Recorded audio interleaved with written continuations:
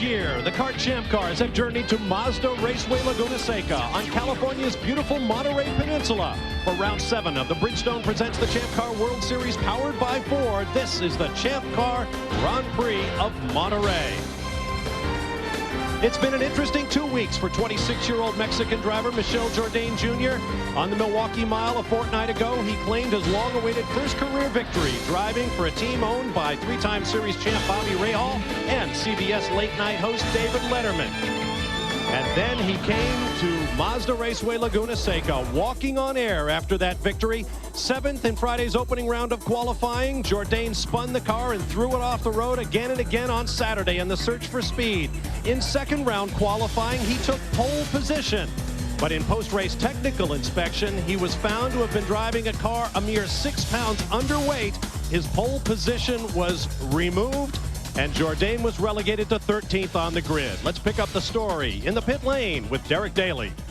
And of course, Michel Jourdain's team owner, Bobby Rahal, who has had so much success here between Can-Am, between his own 4 wins in Champ Car and 3 wins as an owner. Rahal has 8 wins here. And Bobby, of course, you are also the Grand Marshal. But yesterday was a time of great joy again for his pole position. What happened afterwards, I'm sure you're a bit angry, maybe a bit embarrassed, Bob. How did that happen? Well, I'm certainly embarrassed and certainly disappointed for Michel. I don't think the infraction was fundamental to his performance. I think he rightfully belongs there, but the car was underweight by about 4 pounds, and I think obviously our procedure wasn't strictly adhered to. It looks like the only plausible explanation is there was some fuel in the car that was not evacuated when we weighed the car the first time, and then of course when they did drain the entire car, all of a sudden that half a gallon or so made the difference. And again, disappointment, embarrassment for our team. That's not the way we do things. And I feel for Michel because he, starting where he's starting, it's going to be a hard day. Thank you, Bobby, but at least it really sets up a potential barnstormer of a race because Michel still believes he has the fastest car, despite the fact that he's deep in the grid. No question about it, Derek. It's going to be an exciting race indeed. As we wish you all a happy Father's Day and hello from Laguna Seca in California. I'm Bob Varsha along with native Californian Tommy Kendall. Tommy, a very tough moment for Bobby Rahal and his team, but particularly so for Michel Jourdain Jr. No question about it. They can take away his starting position, his pole position, but what they can't take away is what he got in Milwaukee in addition to the trophy and the money, and that is the confidence that comes with knowing rather than thinking you can win a Champ Car race. And so he proved earlier this year he could get a pole, he proved he could lead, now he's proven that he can win. Now it's up to him and Team Rahal to use the fastest car and the fastest pit crew to show that they can take a race that hasn't gone perfectly and grab a hold of it and make it their own. Well, obviously, the next question is who will start from pole in today's race? The second fastest man in final qualifying, 31-year-old Canadian Patrick Carpentier with the Players Forsyth team. He was told after the fact by his team that he was the new pole sitter, and this was his reaction. Yeah, pole. They threw Michel Jourdain's car now. What? No way. He's underweight. He's underweight. Yeah, right. No, seriously. I'm dead serious. No, it's got to be a joke. No, I'm serious. Are you serious? Yeah. They're confirming now. I knew it. You see, we have the car.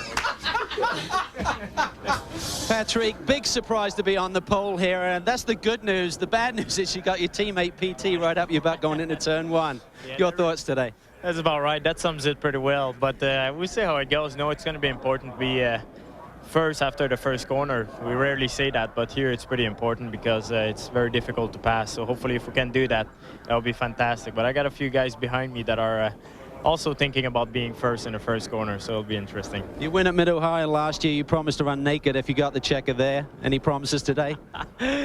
No, I can't. I got caught with it and I had to do it. Thank goodness. Thanks, Pat. Good luck. Well, it was semi-naked, to be absolutely honest, and it happened right here on CBS. Thank you, Calvin Fish. There is Bruno Junqueira, who will start on the outside of the front row alongside Carpentier. And he's had an interesting 2 weeks as well. He's in the spot shadow. Turn 2, lap 1 on the Milwaukee Mile. He spins and backs hard into the trackside wall. Is hit not by one, but by 2 different cars. He was taken to the hospital for x-rays, gave the crowd a thumbs up. And he was all right and is racing again this weekend. He was the fastest man in Friday's opening round of qualifying, locking himself into the front row for today's race. A great job by Junqueira, tied with Paul Tracy for second in the championship coming in. Once again, here's Derek Daly. And Bob, that speed that Junqueira hit the wall is very similar to the speed of the fatal crash of Dale Earnhardt in Daytona. And the G measurement from the blue box on car registered 70 Gs. The accelerometer in the driver's earpiece registered over 100 Gs. So Bruno Junqueira, the obvious question is, how do you feel? I feel a little bit stiff, but we had a weekend off, then I could treat myself. Thanks Dr. Steve Ove, Daryl Trumbo, and all the kart guys, and I'm feeling much better. You're in good position here on the grid, Bruno. Now, last year there was a first lap crash.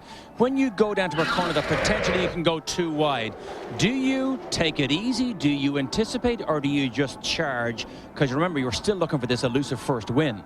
Yeah, for sure I want to win, but I know that the Pacific car is being very good all the weekend, and then I have to be on the track after the first corner and first lap. I think that is the key, be on the track. But there is a daring outside line, boys, on that first corner, or the second corner, that we will watch throughout the day. It's going to be a great first lap. Now, why is all this business of starting position so important? Well, take a look at the top 5 in points and where they start. The points leader in this series, Michel Jourdain, is the only one of the top 5 in points who will start anywhere outside the first 2 rows. In 20 previous runnings of the race here at Mazda Raceway Laguna Seca, only twice has the eventual race winner come from outside the top 3 positions. This is going to be a very interesting race.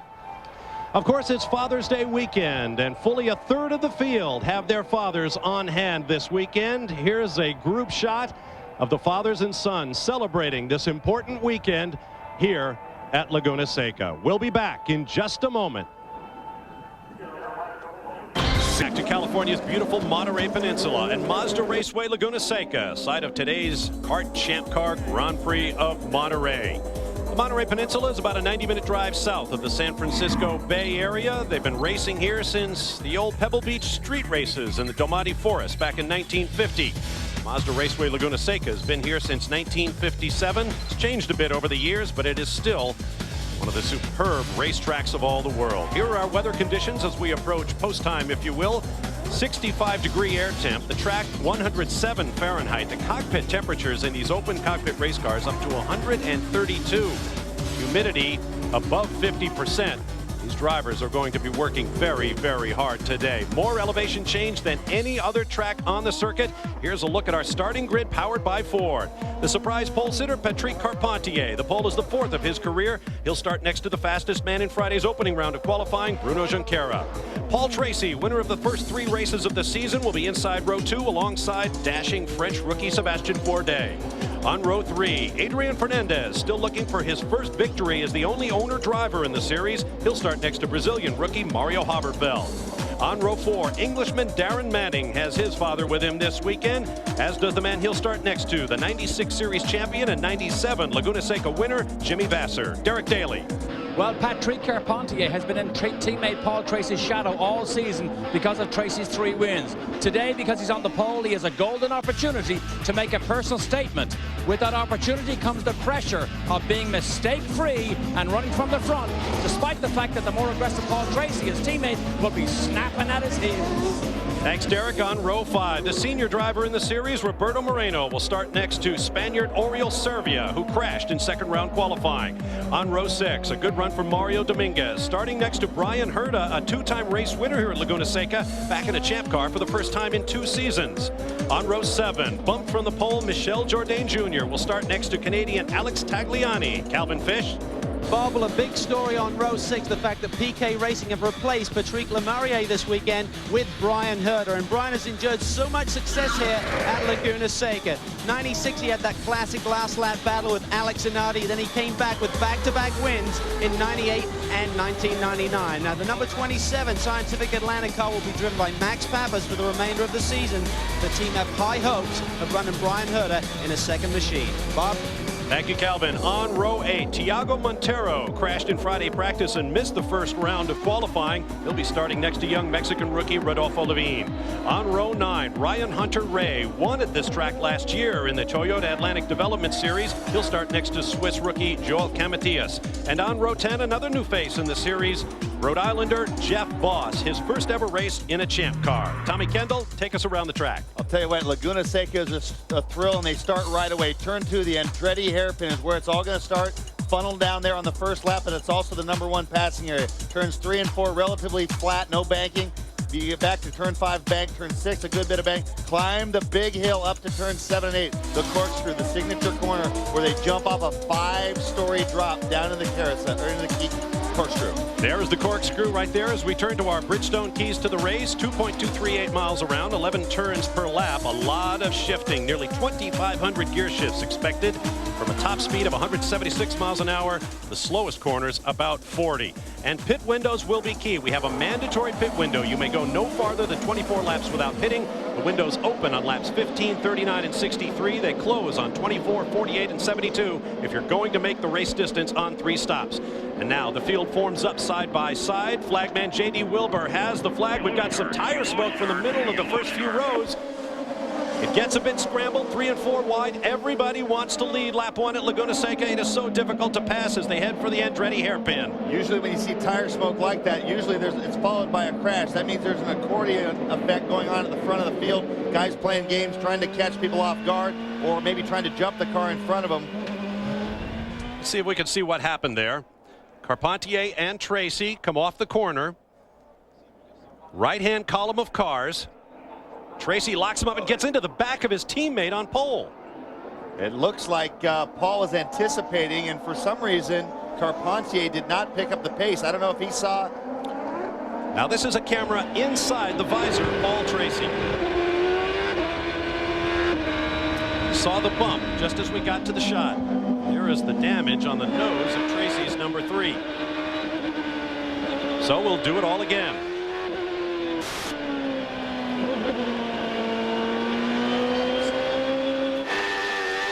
Check our onboard cameras. You already saw Paul Tracy's on board with Michel Jourdain back in 13th place. And this lap will count toward the total of 87, by the way, even though we're running under yellow. On board with Brian Herta, the Scientific Atlanta machine from PK Racing. On board with Mario Dominguez in the Herdez competition machine. And this is Oriol Servia, the young Spaniard, in the Vistion car from Patrick Racing. Sebastian Bourdais, whose father competed in the classic 24-hour endurance race in his hometown of Le Mans, France this weekend. Finished in the top 30. See a good rubber mark on the front of Paul Tracy's nose. Not clear whether there's any damage or not, and Carpentier gets a good jump. Paul's following him through, and Fernandez is trying to take advantage on the inside of Junqueira as well. Now Fernandez in the green and orange Ducati car fomented a huge crash at this corner at the start of last year's race. Looks like everybody is going to get through okay this year. And Haberfeld gets around Bourdais into 5th. Through turn 3. The corners get increasingly quick as you make your way around. This is 4. Whoa! Car off and back on. That was Roberto Moreno in the second Herdez competition car. One of the Herdez cars side by side with Jourdain. Jourdain now up alongside Herta. Oh, that was close. Climbing the hill, looking into the face of Brian Herta. Here comes the corkscrew. Oh, looks like he might get a challenge down the inside. Jourdain goes through. You see Jourdain actually lost the car under braking, and he was far enough alongside that Herta was not outside him at that point, was able to gather up without going off the track.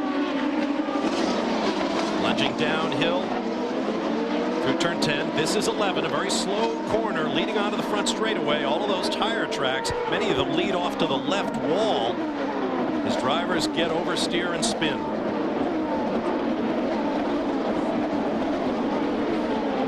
Out again to the Andretti hairpin. I believe that was Mario Dominguez in the Herdez car that went off in the first lap. Jourdain, they went side by side through turn 4, and Mario ended up going off in the dirt on the exit. Now you see Jourdain in the red and white Higante car. We're on board with Michel right here. Michel's already made up several spots, up to 11th on the grid. He has the quickest car. The question is, can he balance his aggression? This is not a position that he's used to dealing with. When he started back in the pack, it's because he was not quick enough. Now he has a quick car. We're going to see how he deals with the ability to catch people and maybe deal with his frustration if he can't quite get by and then put it in the hands of his pit crew. There's a lot of race left. He needs to just be patient, take cars that offer themselves, but not take any undue risk. One of his weapons is his pit crew. Two-time winners of the Craftsman Pit Crew Challenge in the Champ Car Series. Let's talk about the race leader, Patrick Carpentier, Calvin Fish. Well, Patrick has certainly opened up a sizable gap on his teammate Paul Tracy. I spoke to Mike Cannon after the morning warm-up. They had an 8/10 advantage over the rest of the field. He said the car was just magic. He said Pat, in fact, really wasn't losing much time through the corners on full tanks as to qualifying trips. So he said, we're surprised that the balance has come to us so good on race day, Bob. Second race of the season led by Patrick Carpentier as you go on board with his teammate Paul Tracy. Carpentier also led at Milwaukee, as did this man Tracy, who locked in a great battle with Oriol Servia until his final pit stop. The car fell off the jacks. The wheels were not fully attached to the car. When he got back on track, the left rear came off, and Paul went from a fighting second or third place, possibly a race win, all the way back to 12th. Derek Daly. Well, as good as things might seem for Paul Tracy, or for Patrick Carpentier, Paul Tracy's car, in about 4 to 6 laps, the handling goes away. I surmise his much more aggressive style uses up the tires, so I do not expect him to mount a huge challenge to the race leader, Patrick Carpentier. All of the cars on the same compound and construction of Bridgestone Racing Radial tires. As we look at Bruno Junqueira, yet to win a race this year, and a man who is used to winning races. He wears his frustration openly. You can tell when Bruno is not happy, and he wants to win races, even though he's currently in a tie with Tracy for second of the championship. There is Adrian Fernandez, who had a terrible season last year, injured in a couple of massive accidents. Back strongly this year, but not entirely happy with the technical makeup of his team. They've been doing some personnel shuffling, and things are beginning to look up for the only owner driver in the series. There's Mario Haberfeld, Brazilian rookie, a former European and FIA Formula 3000 champion. Once had his sights set on a career in Formula One. He was very happy with his opportunity here in America in the Champ Cars. Now on board with Sebastian Bourdais, climbing the hill. Watch the blind approach to the highest point of the racetrack. And then plunging downhill to his left, down the corkscrew. Working lap number 5 of 87. We'll be back with more as CBS presents the Champ Car Grand Prix of Monterey.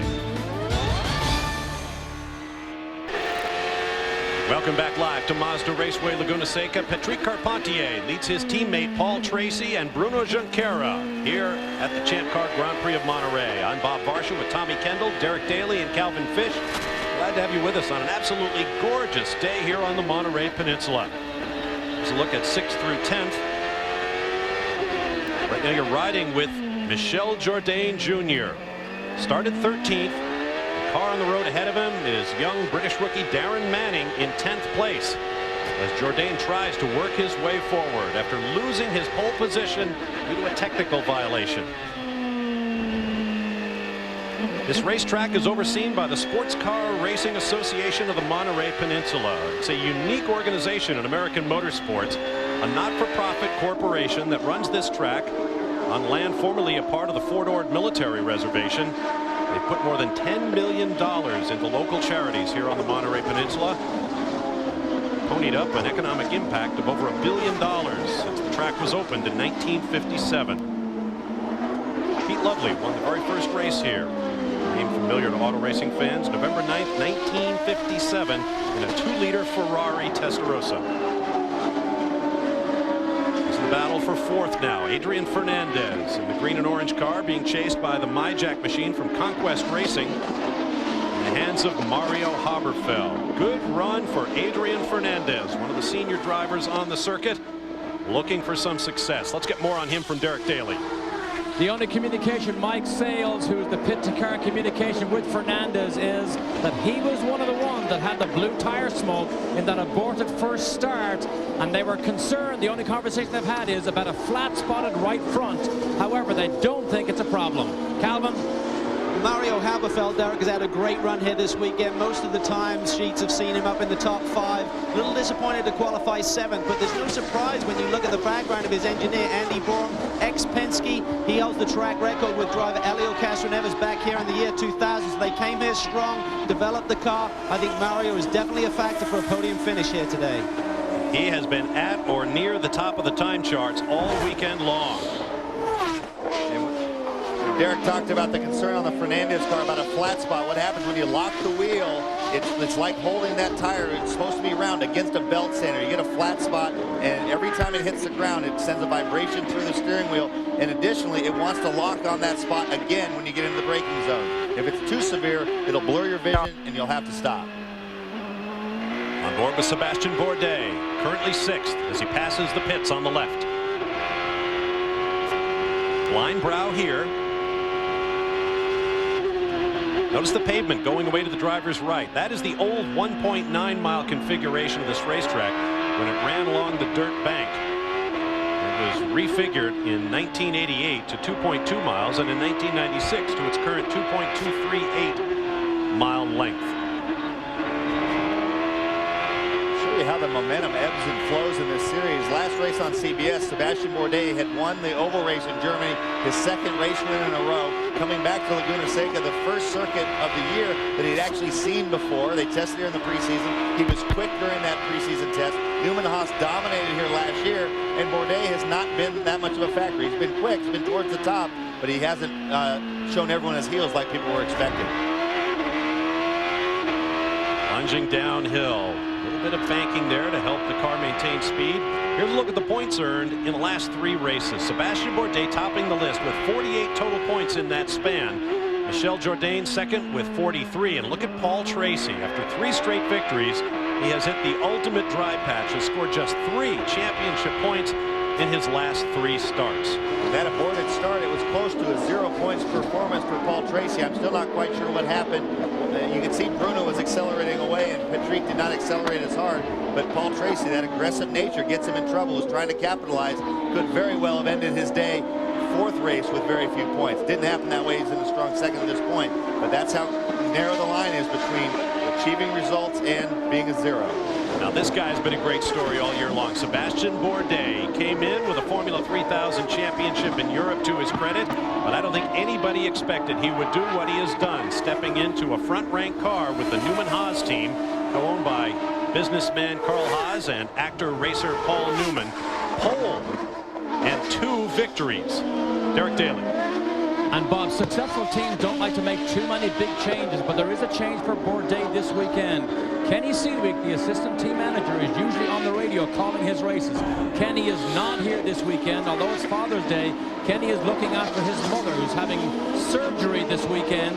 And now the duties of engineer and race strategy calling falls to Craig Hampson, who will do both jobs, and I'm sure do both jobs very well for this young man. I'm sure he will, and you can be sure that Sebastian Bourdais was happy to see us come walking toward him with CBS Eye on the mic flags. He is 2 for 2 here on CBS. On the road course at Brands Hatch in England, and then the Euro Speedway Lausitz in Germany. The first 2 victories of Sebastian Bourdais' career. Here's Rodolfo Levine from the Walker Racing team, Calvin Fish. Some kind of gearbox problem down here, Bob. He was getting high gearbox pressure and high temperature as well. Actually, no pressure and high temperature. So, team have brought him in. Big disappointment. The Reynards have been really strong here at Laguna. The smoother the racetrack, the stronger these Reynards run. If they have to raise the right height of the car, it takes away the downforce element with these race cars and certainly affects performance, Bob. Tough break for the Corona team. There's the race leader, Patrick Carpentier. Last time it was measured, his gap nearly 2.5 seconds over his teammate Paul Tracy. We'll be back to Laguna Seca. Car Grand Prix of Monterey, more problem in the Walker Racing pits. To the left, Darren Manning's car is pushed behind the wall. Rodolfo Levine's car, his teammate, is still parked in the pit lane. Let's go to Calvin Fish. Well, disaster within 1 lap there, Bob, for both of the Walker Racing cars. Darren, what put you out today? Well, it seemed like we had fluctuating oil pressure. The engine was getting really, really loud. It was as if like the exhaust had broken or something. I was running, but they were seeing too many spikes on the oil pressure, so we can't risk the engine there. You know, I got blocked a little bit on the start by Sebastian. I don't know what he was doing. I guess he was trying to stay out of trouble, but then about 3 or 4 other guys came right around the outside of us, which was a bit of a shame for the pair of us, but you know, shame because we worked so hard from the beginning of the weekend to get up onto grid 7 there, so a bit of a shame for the RAC Walker car. Well, a short day for Darren Manning coming off that 4th place finish at Milwaukee, but he had a great qualifying run. They'll try and rebound next week at Portland, Bob. The whole field is slowing down. I think the tires are just getting slippery. It'll be better the next set. I believe that was Greg Hampson talking to Sebastian Bourdais, was it not, TK? It's hard to say for sure who that was, but that is the common complaint here at Laguna Seca. And the Bridgestone tires at almost every track we go to deviate very little from the first lap of the stint to the last. They usually get quicker as the fuel load burns off and the car gets lighter. What's happened here at Laguna Seca seems to be unique to this, is more like you're used to in racing. The tires fall off gradually, and the drivers are starting to complain. The front of the car slides, the back of the car slides, the whole car slides together, and the lap times get slower and slower. And so the drivers aren't used to this. They call and complaining to the crew. The crew reassures you, and that makes a big difference. They say everybody looks to be in the same shape. Then you know you just have to deal with it. It's not a problem particular to your car. Great view from on board Paul Tracy's helmet. That's right. You are inside the visor of Paul Tracy's helmet. The sunscreen across the top. And that is pretty much an eye-level view from inside one of these 750 horsepower Ford-powered race cars. And that is the gap to the leader, Patrick Carpentier out in front. You heard Carpentier say how happy he was with his car, and how Paul said on used tires he was not happy with his, but they're running the same lap time, and Carpentier is really not getting away. Working lap number 17, meaning the early pit window is now open. You can pit now and still make the finish on 3 stops. Expect the front-running cars to come in on lap 24. I was waiting to see if perhaps Michel Jourdain would come in on lap 16 when that window opened and get out of sequence. What we mean by out of sequence is the normal preferred strategy is you go as long as you can, which means to lap 24. But because Jourdain feels like knows he has the fastest car in the field, he's stuck behind cars and he can't show that speed. If he were to come in, if his crew wanted to gamble a little bit, he could come in. It's a risky strategy, but if he really is quick, he can make up enough gap with no cars in front of him. The fact that they've chosen to stay in line tells me they've more or less settled for a less than stellar result rather than rolling the dice. They're taking the long view of this for the championship. They say, you know what, if he can pick off a car here or there, and we can pick off a car or 2 in the pits, maybe a top 5. So to me, that's kind of a little bit of waving the white flag and just trying to get the best they can out of this weekend rather than rolling the dice for a win. Once again, here's how the pit windows lay out. Laps 15 to 24 the first window, then 39 to 48 for the second, 63 to 72 for the third. There are a number of reasons why the lead guys will always stop on the longest run on each particular window. The main reason being that when the tires are hot, the lap time is much quicker than the very first lap out of the pits after your stop. If you stop on lap 15 in your cumulative time for the stint, you'll have some slow laps before the tires get up to temperature, and that might offset any time you gain by being faster on a clear track. It's complicated. We try to come up with different ways to explain this, but the fact that nobody's on that strategy means we don't have to spend too much time with it. Yeah, but that's part of the fun of motorsports, particularly here in the kart champ cars. Big smoke off the left front, the unloaded tire on the front of Alex Tagliani's Johnson Controls Lola. And that raises the potential that maybe he flat spotted that tire again. You know, when the tire is frozen, the road racing by just shaves rubber off until it's basically square on that side, and that was locked up for long enough that I would have to think he at least has a small flat spot, and that does not get better. It does not shave itself round again. It tends to get worse. Probably done it on a street car at one time or another. If you don't have anti-lock braking systems, you'll do what that driver Thiago Montero just ahead of Mario Dominguez did: lock up a wheel and just melt that rubber off the contact patch. You got to give a nod to Thiago Montero. A number of the rookies have really had good runs. Darren Manning had that RAC car up at 7th on the grid. Montero's been in the top 10 all the sessions except the ones that counted. So he's starting with that. But Mario Haberfeld, another one, very, very quick. All guys in Reynard cars, all rookies that have never seen this track before.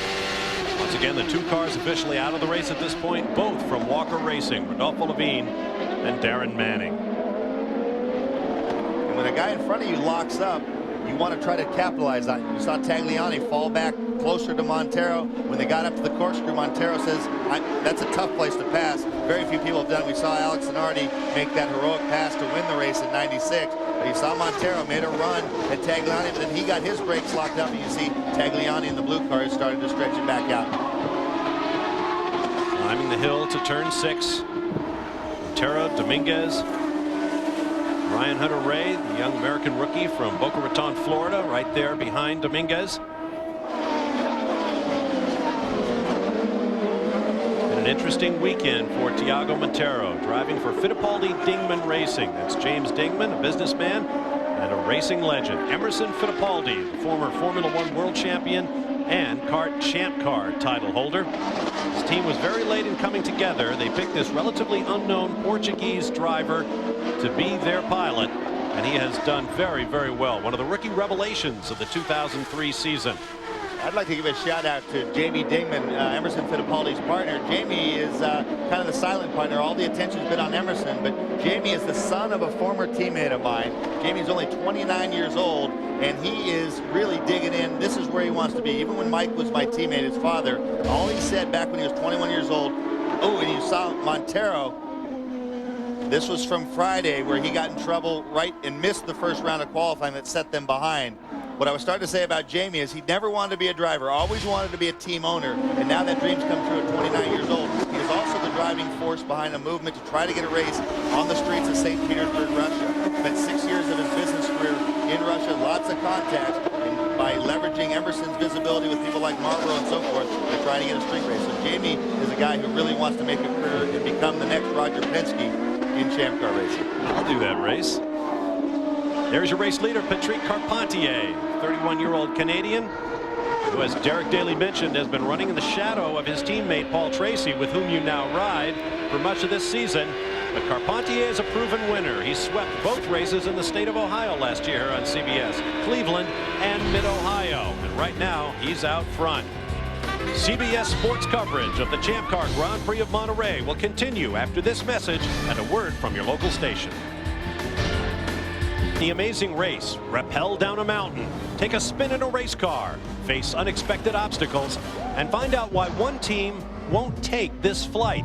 Don't miss the all-new Amazing Race, Thursday at 8, 7 Central on CBS. Look what we have here. He's Mario Dominguez struggling with his car, got off in front of Patrick Carpentier. Carpentier got off on the right side, entering the corkscrew.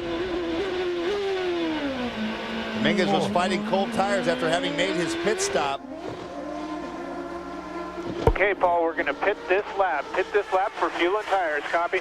And look how close Paul Tracy is to his teammate. This is the thing that Paul really prides himself on. He says the only time you'll see me really show what I've got is right before the stops. He wants to be right on Patrick's gearbox if he can coming into the pits. And this will be extra interesting because they are Players Forsyth teammates. They'll be pitting nose to tail, and the crews will be in a race of their own. And Pat off in turn 4.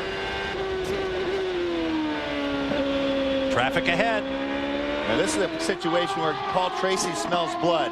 It's always the hardest for the first car to get to the traffic. That's Alex Tagliani up ahead. He too has pitted. He is on cold tires. Pat's the guy who has to force the issue on traffic. The second car through has the advantage of the guy knowing that their car's coming through. Let's see if Paul can capitalize.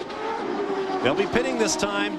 Derek Daly awaits both of the players' teammates, Patrick Carpentier, the race leader, and Paul Tracy. Here we go.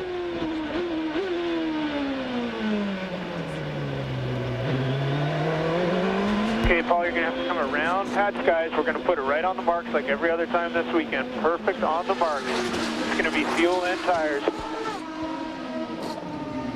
Patrick Carpentier stops first. Reset Remember fuel, how pit lane cruise demon off. Paul Tracy is on cold tires. Patrick is staring at Tracy. He's staring at Tracy. Ready, Still ready. stares. Go, go, go, go, go, There go. they go. Calvin. Mario Haberfeld currently been very happy with it right now. There'll be no changes with the last round of fuel. Good stuff by the Conquest boys. Well, and you noticed what the players' team did. They pitted their men on either side of the cut-through in the wall, where the cars go through the wall back to the paddock. So they had extra space, and they needed all of it on that pit stop exchange. Tracy all over his teammate. He knows they're both on cold tires, and here's another opportunity for him to strike. It's his best chance to get by, and it's also the riskiest. Do you have two stops that were more identical by team cars?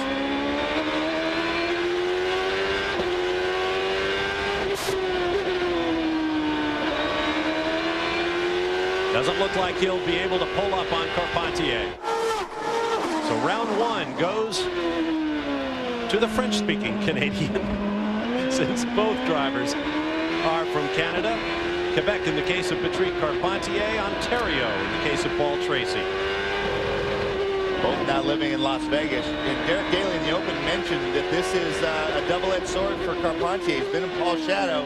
Now he's in front. He's the guy out front, but he also has additional pressure. If you want some idea on how Carpentier deals with pressure, look back to Mid-Ohio last year.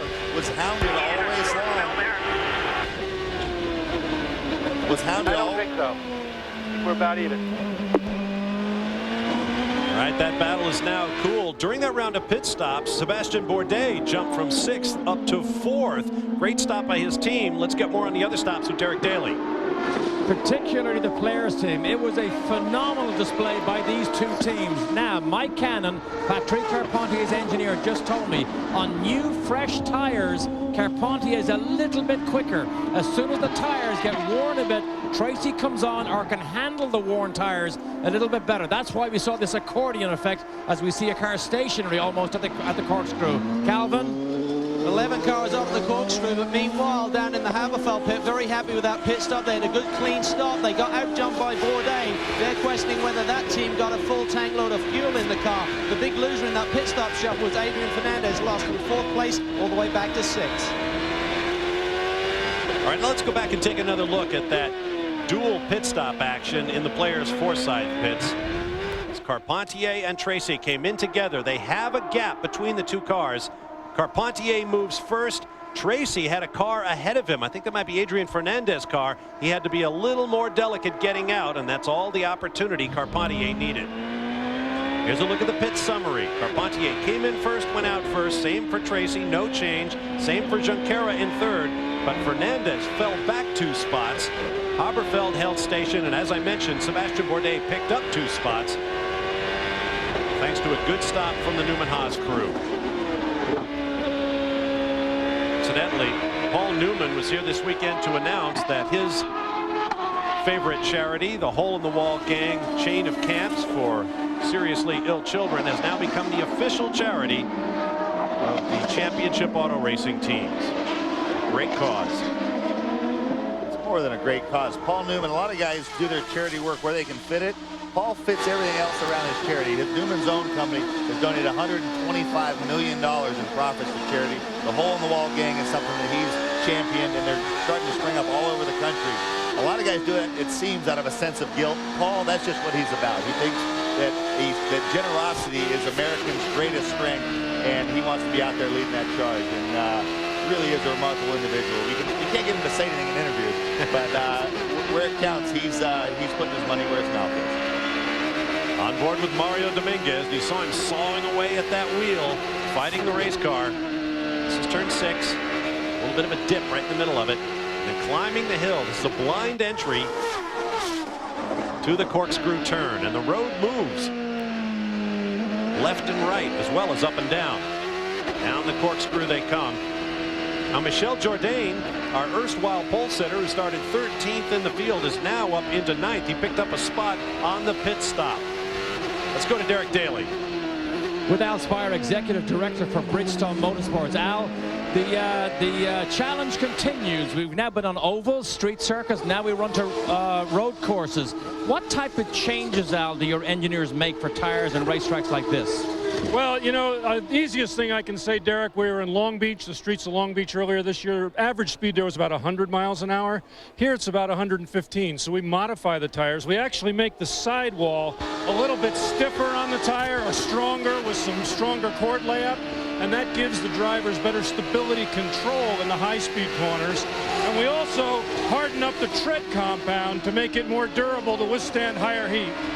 Even if a driver asks you for a nice soft compound, you don't give it to them? Well, they all ask for a softer compound tire, but they all get the same ones, and we try to make it good for everybody. And that's straight from the boss himself. Thanks, Al. All right, thanks, Derek.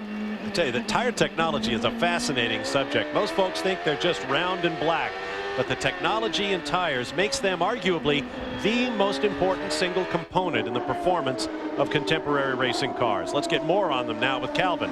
Well, a big change for this year, of course, Bob, is the fact that the drivers no longer have traction control, so tyre management is an issue here on a track that's historically very hard on the tyres. We spoke to Oriol Servia's team. They said the balance was pretty good until about lap 17. Then the rears started to go off a little bit. So the guys on these full runs now are going to have to be very delicate as to how hard they get on the power early in the run. So there's some tyres left at the end. On board with Oriol Servia, the Vistion car from Patrick Racing. Pat Patrick, one of the founders of championship auto racing teams 25 years ago.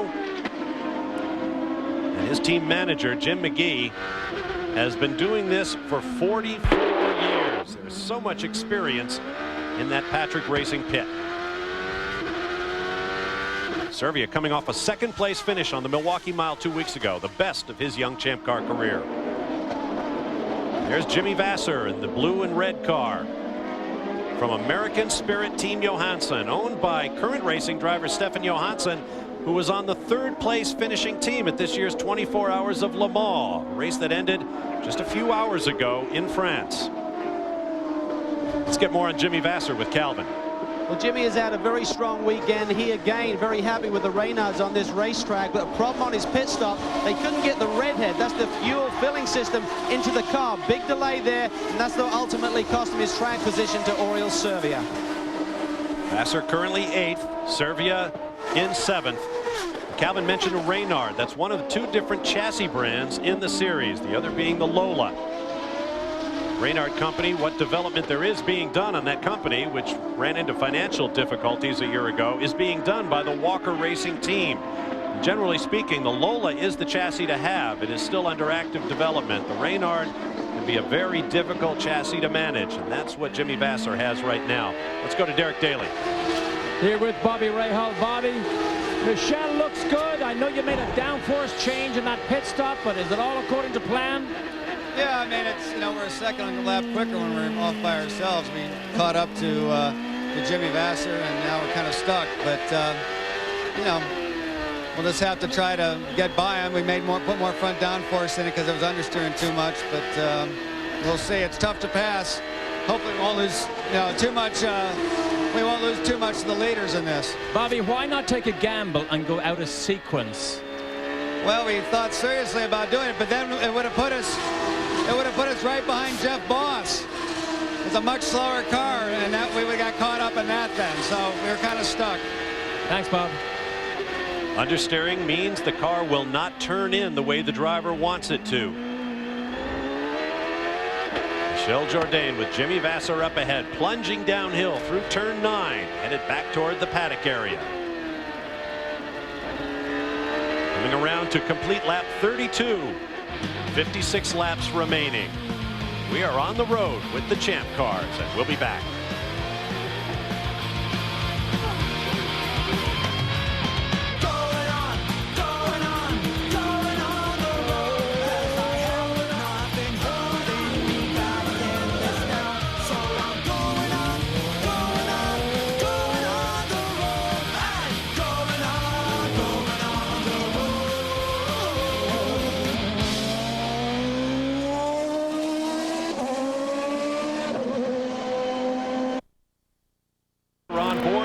Tracy.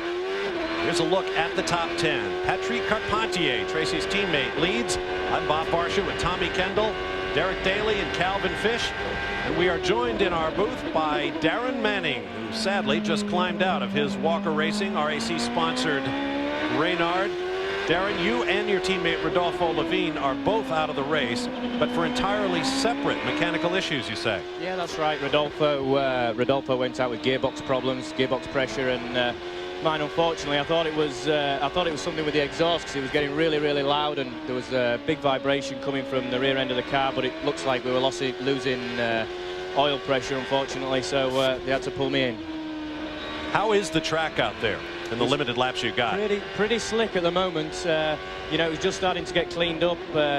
These cars, this track, you know, you can see on the sides of the circuit, it's pretty dusty out there. The Simple Green guys, you know, they do a good job of blowing the circuit, but it takes a few laps of these 19 cars to really clean it up. Let's take a moment and go down to the players' Forsyth pits. Derek Daly is standing by. with team manager Neil Mickelwright. Neil, that was a spectacular first set of pit stops. Is it right to say there are no team orders in this team? Yeah, that's absolutely correct. You know, certainly at this stage of the season, we feel that both of our drivers have equal opportunity to win the championship, and as such, hopefully it's one of our guys that wins. It'll just be the quickest of the two. Now, although Neil is sitting down, it's not because he wants to relax. It's because yesterday he fell off the pit wall, all but broke his ankle. It's in a cast. He now has crutches, but he insists on being here on pit wall. Darren, something you saw from Paul's onboard got your attention. What were you? That wasn't a normal line through turn 2. It was pretty. He's pushing pretty hard. You know, he's running all the way over the white curves and everything, but he ran really wide and just managed to keep it out of the dirt on the outside of turn 2 there. We're climbing to the corkscrew. You've been telling us all weekend, Darren, you've been looking forward to your first experience of this corner. How was it? This is fantastic. You know, the circuit just drops away. It's totally blind. You can't see the second apex. It's just one of the great corners in the world on any racetrack. You know, it's right up there with Eau Rouge at Spa-Francorchamps. It's fantastic. Two of the great circuits in Europe. Now, in that white car from PK Racing, that is Brian Herta running in 12th. Just behind him, Mario Dominguez in 13th. Let's get more on that situation from Calvin Fish. We're down here with a face many of the Champ Car fans will recognize. Mauricio Gugelmin, welcome back. We see you now advising the PK Racing team. Big change since Milwaukee with the driver lineup. What's the situation? Well, basically, it's the first time Brian drove a Lola since 1994. He's still getting used to it, but we also got some new information. He's been very good at this place, so we're looking forward to run better in the future races. We understand we're going to have Mad Max back next week.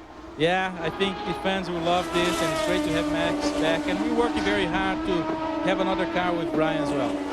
Oh, great to see you back. Certainly the team is looking to improve this situation. It's a brand new team, got together late, and really starting to show some signs of form, Bob. No question about that. It'll be good to have Mad Max back in the series. Good to have Brian Herta around, too. Max isn't here this weekend. He's coming back from France, where he finished 5th overall in the 24 hours just this weekend. And we heard drivers at the end of that stint complaining about the grip really going away. There's two things going on. The track's getting clean from the dirt. The actual surface itself, or the tires going away here, which is unusual for the Bridgestones? Well, I believe so. You know, 24 laps around here is pretty hard on these Bridgestone tires. You know, they're probably the last 5-6 laps. It's really getting pretty slick, and the temperature's rising all the time. You know, it's pretty cool out there in the wind, but surface temperature's just going up and up, which makes it really slick for these cars. Now, when the grip starts to go away, is it one end or the other? Is it a balance issue, or is it overall grip? Depends which car you're in, I think, there, Tommy. You know. We definitely were getting quite a big push there at the beginning of the race, which we're hoping was going to come back to more neutral when the car was getting quite lighter on fuel towards the end of the stint. But I don't know about these levelers. They look pretty nailed to me. And the Reynards as a whole were closer to the front this weekend. Is that because the circuit is smooth? Well, I'm not too sure, really. There was, you know, it's getting further and further into the season for us guys. You know, as rookies in these Reynards. You know, Jimmy was up there as well. You know, he's pretty experienced on this circuit. I think it helped. So there was a pre-season test here. A lot of the guys did. I unfortunately hadn't signed by that stage and didn't manage to do the test. So Mario and Jimmy got well up there, and probably because of that. Now, you've been competitive in the series right away. You led laps at Rockingham, your very first race last year. Talk to us some personal on-track stories about some of these guys. Which guys have really opened your eyes, maybe or not as tame as they seem, or some guys that seem tame out of the car, they're real tigers in? Tell us some personal none stories. of them, I believe you me, that none of them are tame out on the track. You know, totally separate. It's a bit split personality disease for racing drivers. Once those helmets go on, you know, Pat and you know, I had a great wheel-to-wheel battle for several laps with Pat Carpentier there on screen. You know, at Germany, you know, where we could run really side by side. We were interlocking wheels and everything. And then at Milwaukee, where we had a really good car. Ooh, Pat nearly lost it coming around the outside of Ryan Hunter-Ray there, I think it was. Yes, it was Ryan Hunter-Ray. But yeah, and Tracy at Milwaukee, you know, we had a really fast car there, and I was able to overtake quite a few cars through the race. And one of the guys that really didn't let me pass too easily was the man on screen, Paul Tracy. You know, he didn't give me an inch. You know, if I'd have got a little bit of understeer, we'd have been collected each other. There's Bruno Junqueira chasing the yellow car of Joel Camatias. Interesting sponsorship there. It comes from Camatias' hometown of Lugano in Switzerland. The town sponsors the young racing driver. Let's look at Bruno Junqueira as his march toward the race leaders goes on. Let's get more from Derek Daly. Bob, he's catching Paul Tracy at about 4 to 5/10 of a second per lap. But have a look at this here. Tommy, you mentioned flat-spotted tires. This is the flat-spotted front that came from Bruno Junqueira's car. You can see how he locked the brake and just absolutely tortured the rubber off this one spot. And you can see he was losing air immediately. It's now flat, but we are down to the canvas. Tortured and flat-spotted that right front.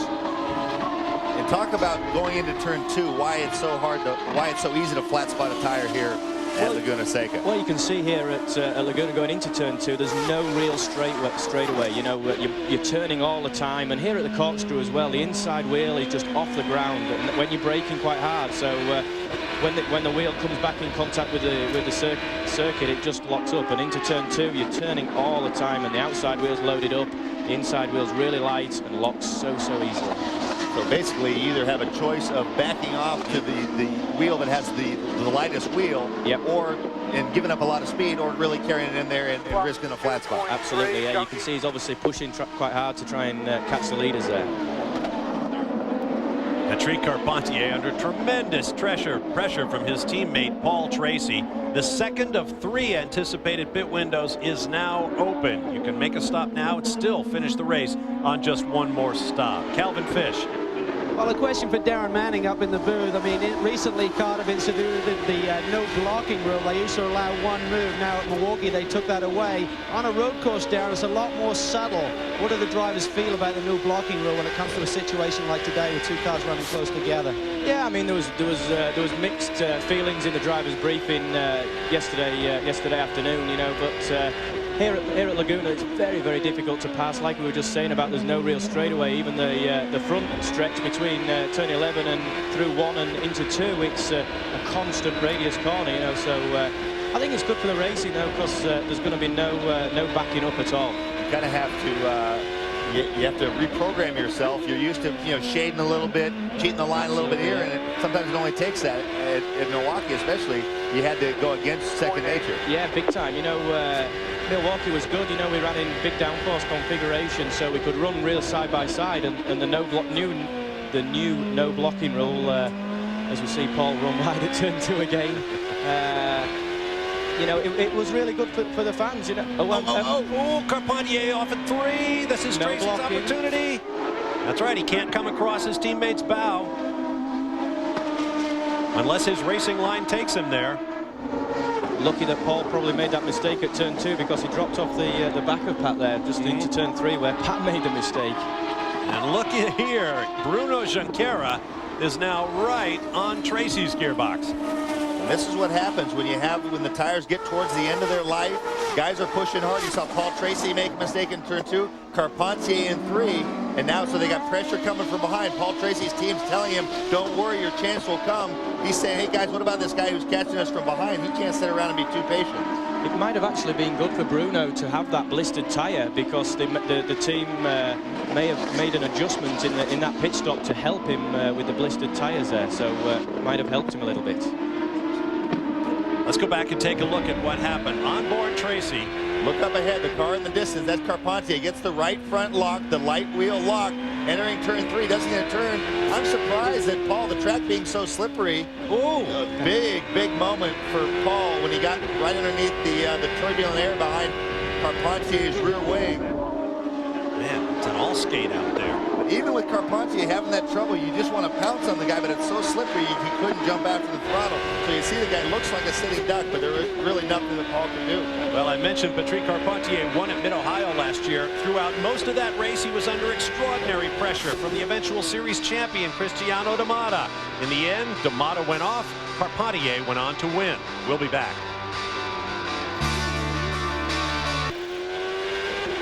Welcome back live to Mazda Raceway Laguna Seca. Round 7 of the Bridgestone presents the Champ Car World Series powered by Ford. The Grand Prix of Monterey. Bob Varsha, Tommy Kendall, joined by Darren Manning in the announce booth. Derek Daly and Calvin Fisher in the pit lane. And Patrick Carpentier is out front with the second of his 3 anticipated pit stops looming on the horizon.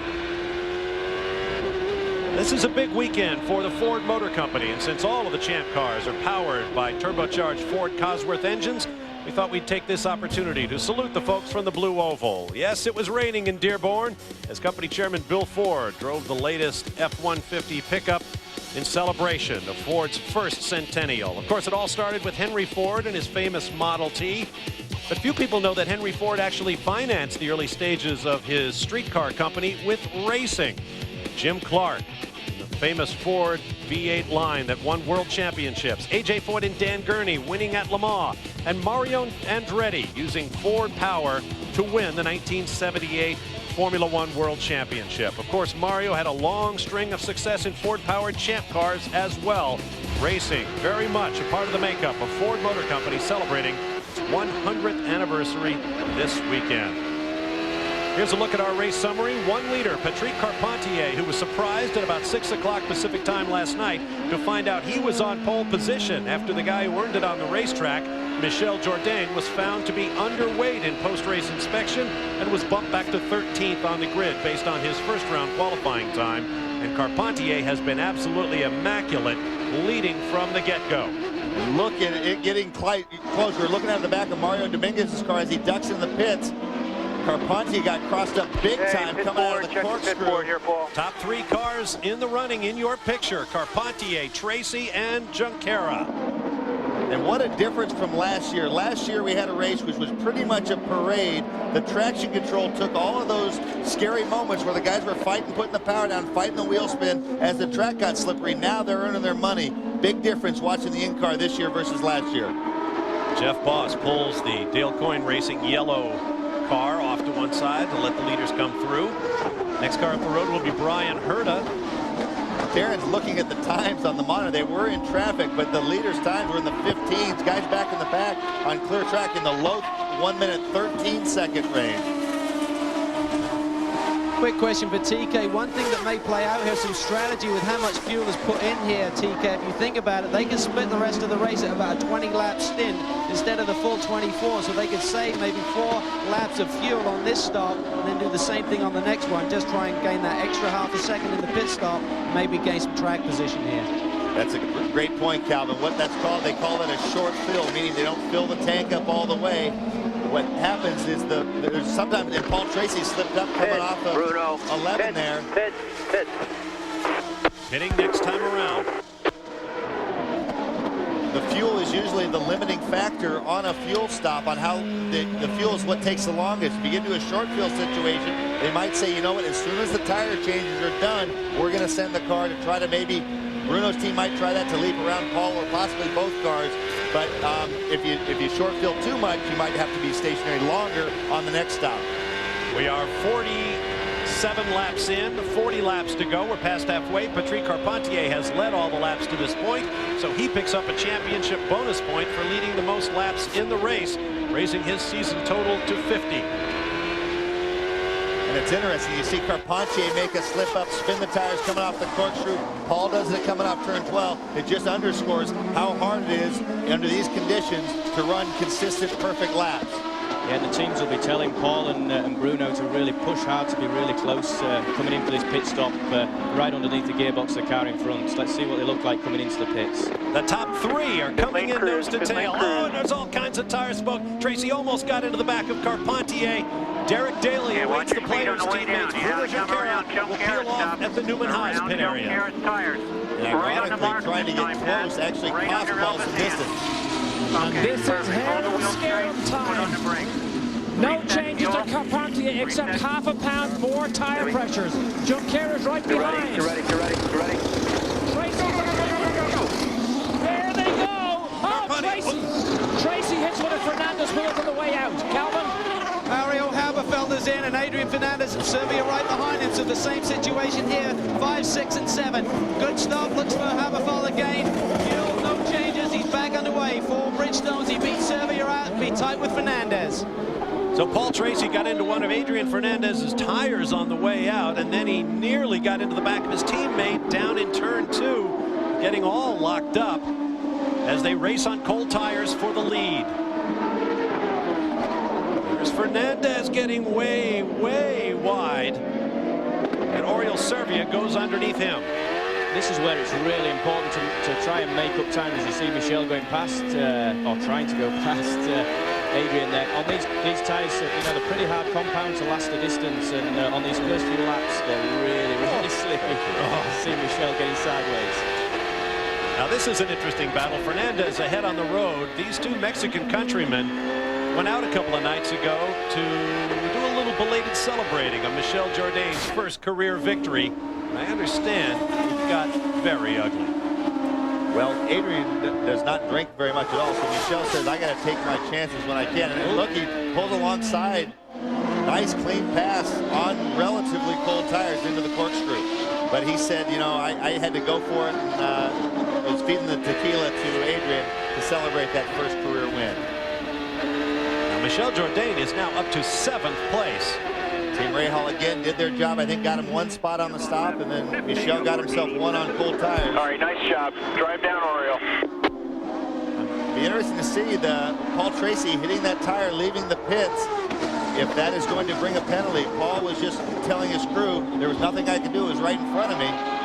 Let's take another look at what happened to Paul Tracy during that pit sequence as Patrick Carpentier consolidates his lead once again with 1 more stop to come. On board with Tracy. There he had to lock him up to avoid getting into the back of his teammate.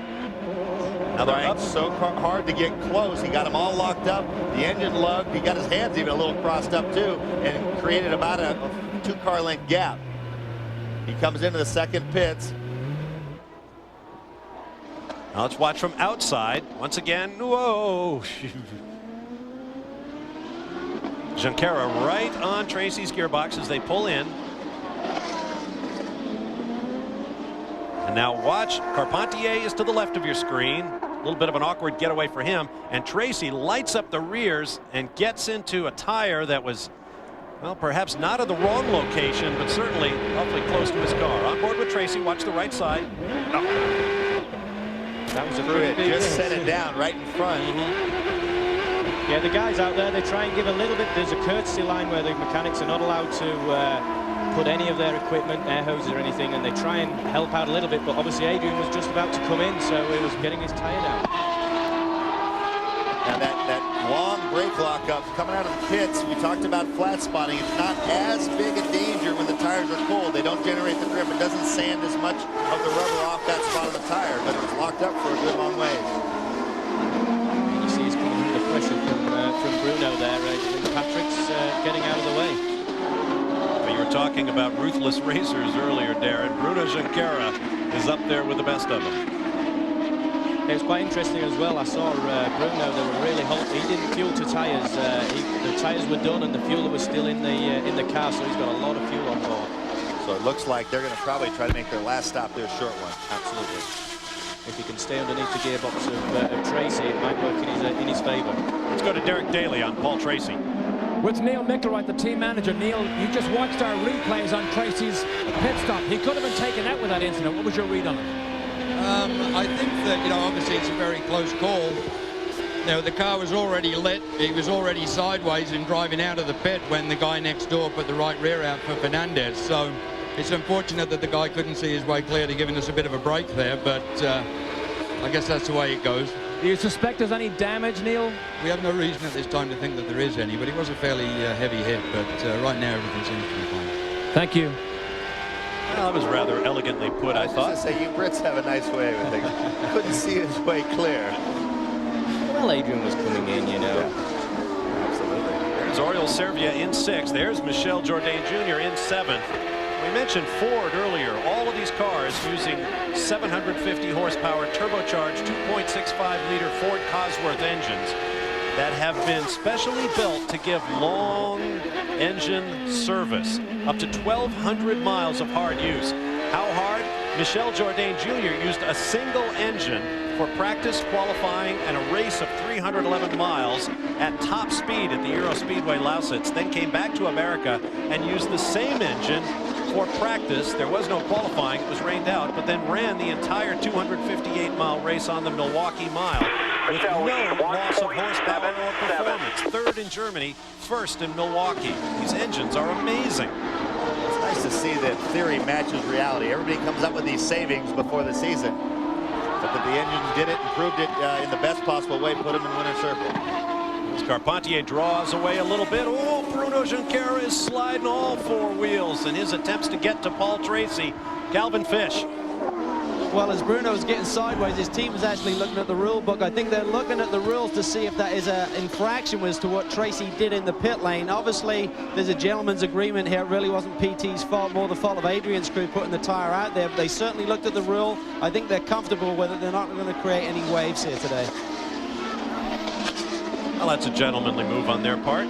That's only because they don't think they can create waves. Trust me, if they can get Paul Tracy flagged in, they'd be all over it. I'm working hard to give him the benefit of the doubt. Thanks, TK. It'll be interesting to see if Bruno can bridge that gap again after losing that time. As you see, he closes right up on the back of Paul. I mean, maybe if he knocked a little bit of the toe out on the rear, it was pretty hard hit. So car leapt up in the air. You know, half a millimeter on the rear toe could really destroy the handling of these cars.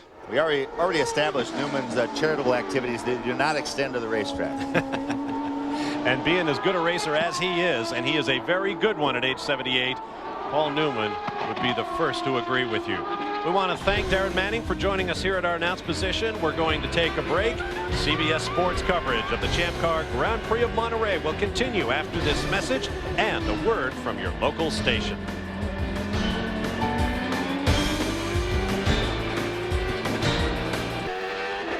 Welcome back to Monterey, California on an absolutely beautiful day, not far from the great golf courses such as Pebble Beach and 17-Mile Drive and John Steinbeck's legendary Cannery Row. Steinbeck, quite the local hero, though it wasn't always that way here in the Monterey Salinas area.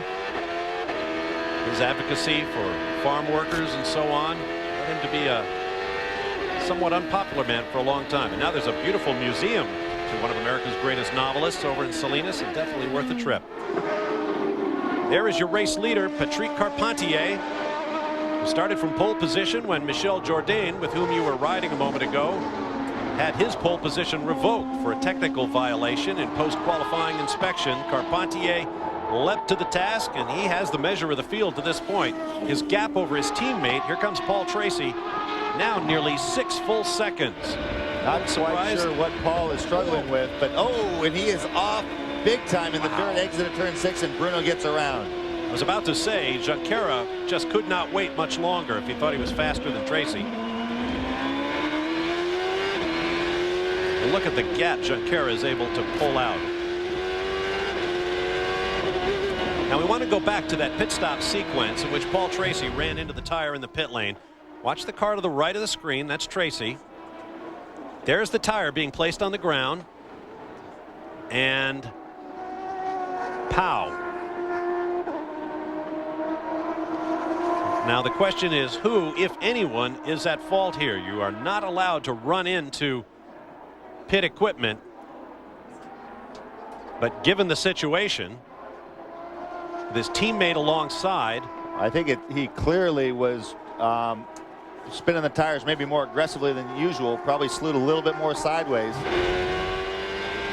But one way or another, Paul Tracy is not keeping up the pace he had on his last stint. Heard his team manager Neil Mickelwright say they have no reason to think there's anything wrong with the car. But Bruno Junqueira is now opening a gap over Tracy, and here comes Sebastian Bourdais, the rookie, in 4th. He wants a piece of Tracy now. Whether there's actual damage, there's definitely something wrong with the balance of the car. Tire smoke from the left front of Tracy's current set of Bridgestones. You get a good look at Sebastian Bourdais. His father Patrick raced at Le Mans, which is the town in which Sebastian Bourdais was born 20-odd years ago. He has been setting rookie records all season long. Pole positions in his first couple of races, leading in virtually every race save one to this point. I don't believe he led any laps at Milwaukee.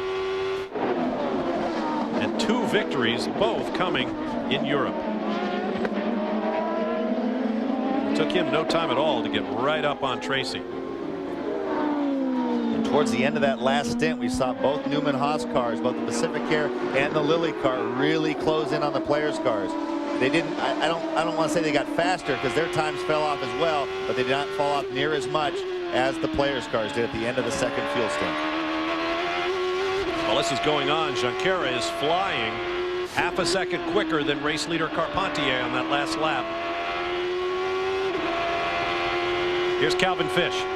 And here with John Zazanikas. TZ, a couple of questions. Are you happy with the Tracy pit stop? You saw the tire get bumped. Any concerns there as an opponent?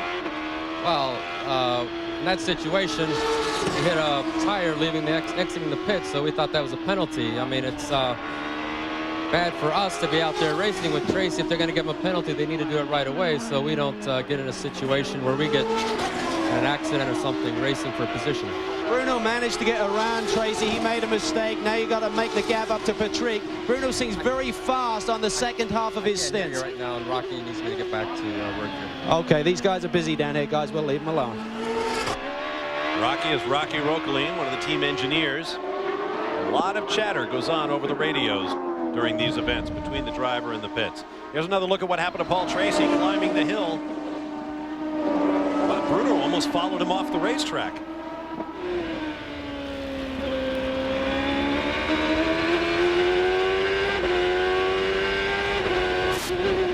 Here it comes. Just ran out of road. He had picked up the throttle, so he thought he was going to be able to keep it on that extra bit of white pavement. But once the right rear dumped off, it pulled the whole car almost off into the dirt. Oh, we're getting a lot of dirt buildup there just coming down the corkscrew. That may trip somebody up. What's happening there is when the guys turn in the blind second part of the corkscrew, half of them are dragging their right side wheels through the dirt on the inside, and the next car through has to deal with that. I saw Oriol Servia do it when we were on board with Michel Jourdain looking forward. Into a mistake. He's really struggling. We have an engine problem. Sebastian's Newman Haas team down on the boost, please. Down on the boost. They're telling him that Tracy's really struggling, and Sebastian answered back, we have an engine problem. They asked him to go back on the boost, which tells me that he probably blew the pop-off valve. Until that valve reseats, it will not build boost. Pop-off valve controls the amount of turbocharger boost in the manifold and thereby the amount of horsepower these engines will make. While Sebastian's team was urging him along, Bruno Junqueira's team and the other Newman Haas car was telling him he's catching the race leader at half second a lap and keep it up. Well, duh. Still only 2 cars out of the race. Rodolfo Levine and the man we heard from earlier, Darren Manning. Jeff Boss is the last car in the serial, 17th, 2 laps down to the race leader. The top 11 cars are all on the lead lap. You're on board with Oriol Servia in 7th. So Michel Jourdain Jr. is now 6th, and the next man ahead of him is Mario Haberfeld. Now, a couple of years ago, Oriol Servia, driving for another team, well, he has a memory he won't soon forget. Coming down to the Andretti hairpin, he flipped over, actually touched wheels with the car of Mauricio Gugelmin, and as will happen in open-wheeled cars, he launched. The nose struck the ground at the precise angle for the maximum transfer of energy, and look how high that car flew. Miraculously, Oriol Servia was unhurt except for a few bruises. And this was yesterday in second round qualifying, turn 4. The left front wheel caught the tire wall, and that was that. Calvin Fish. Well, Pat Patrick is normally pretty hard on his drivers when they do make a mistake, Bob, but they're really pushing Oriol this season to really push harder. So it was actually big smiles in the camp, if you can believe it, after $50,000, $60,000 worth of damage to the front end of the Vistillon car. They've come on 3 top 5 finishes. They said they want Oriol to try 100%, not drive at 95 and be conservative, so they have no problem with him pushing hard and making little mistakes. Quick update on Sébastien Bourdais. We saw him very close to Paul Tracy a short while ago. He's dropping back. The team are reporting that the pop-up valve is opening up. They have some kind of system problem on the boost control. There's a look at Paul Newman, and the gentleman with the cigar is Carl Haas, co-owners of Newman Haas Racing, for Bruno Junqueira and this man, Sébastien Bourdais. They've had so many great drivers over the years. 4 champions, Mario Andretti, Michael Andretti, Nigel Mansell, and Cristiano D'Amata last year. And you see how busy the drivers are. That toggle switch he's working with there, I'm pretty sure is the boost toggle, where he bumps it up to try to... Back up on boost. Back up on boost. Back up on boost. Get more power, more speed. Whatever it is that he's been monkeying with, it's not insignificant. He was right on Paul Tracy's bumper. He's now almost 9 seconds behind. So it's certainly taken him out of his rhythm. It might not be slowing the car that much, but just the distraction could be adding at least double to that gap. Oh, is that tire holding on okay still? Yeah, I can barely see where I'm going now. Paul Tracy says, I barely can see where I'm going. That's because of that flat spot. Every time that flat part of the tire slaps the road, it sends a shudder through the entire car. The steering wheel will be shaking, and it's blurring his vision. He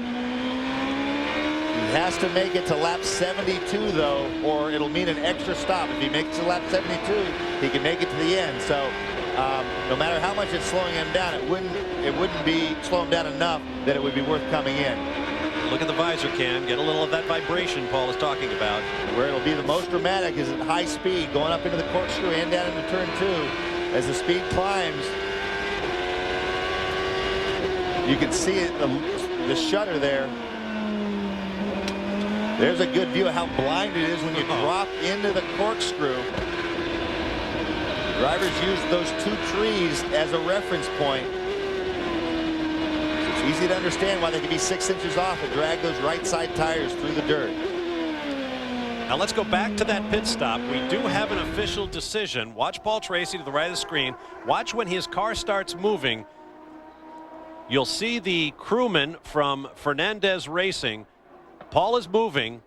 The tire is put down. Now because that crewman put that tire down when Tracy was already in motion, then it is not Paul's problem that he hit it, and there will be no penalty. That ruling might be in no small part due to Neil Mickelwright's eloquence. Watch your speed. Look for Todd. Wide open in pit lane. We're short filling the fuel, Brandon. Short filling the fuel. Calvin Fish. Sebastian Bourdais pulls it in. He is now in the window to go the rest of the distance without an additional stop. So they're good there, but they believe they got the boost problem fixed. So I'm unsure. They're looking over the top of the car. Maybe it's gotten worse again, but the team thought they had the problem we may as well go and at least try and finish the race. Let's go and finish the race.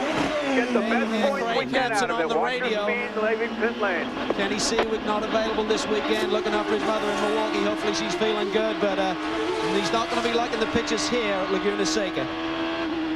Is that the race leader? Yes, it is, going by. So Sebastian Bourdais goes a lap down. Oh, that was Tracy going by, because here comes... No, that was Carpentier, because there is Bruno Junqueira in second place, putting his teammate a lap down as we begin the third and, if expected, final round of pit stops. We saw a crewman working at that electronic pop-off control. We'll take a break and be back for more pit stops from Monterey. Monday on an all-new Late Show. You haven't heard from Senator Hillary Clinton until you've seen her with Dave. It's the interview everyone will be talking about and the Late Show you don't want to miss. Dave's all-new Monday right here on CBS, America's most watched network.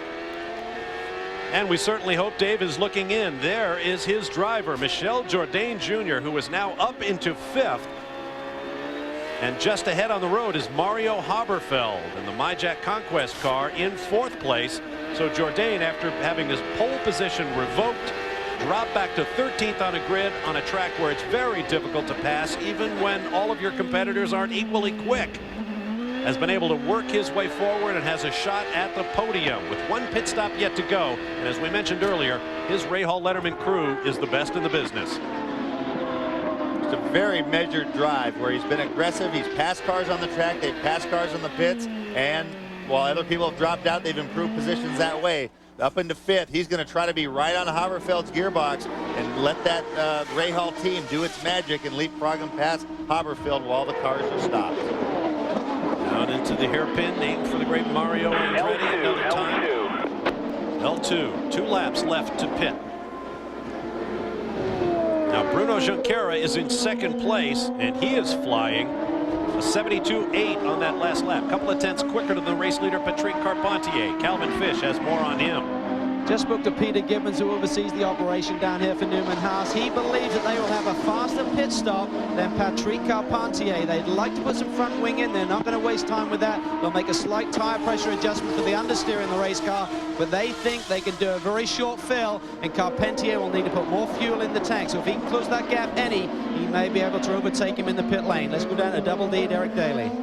Calvin, Mike Cannon, the engineer for Patrick Carpentier, would love to put front wing in. They're afraid to take the time to do it in case Junqueira beats them out. So they're all thinking exactly down the same line here.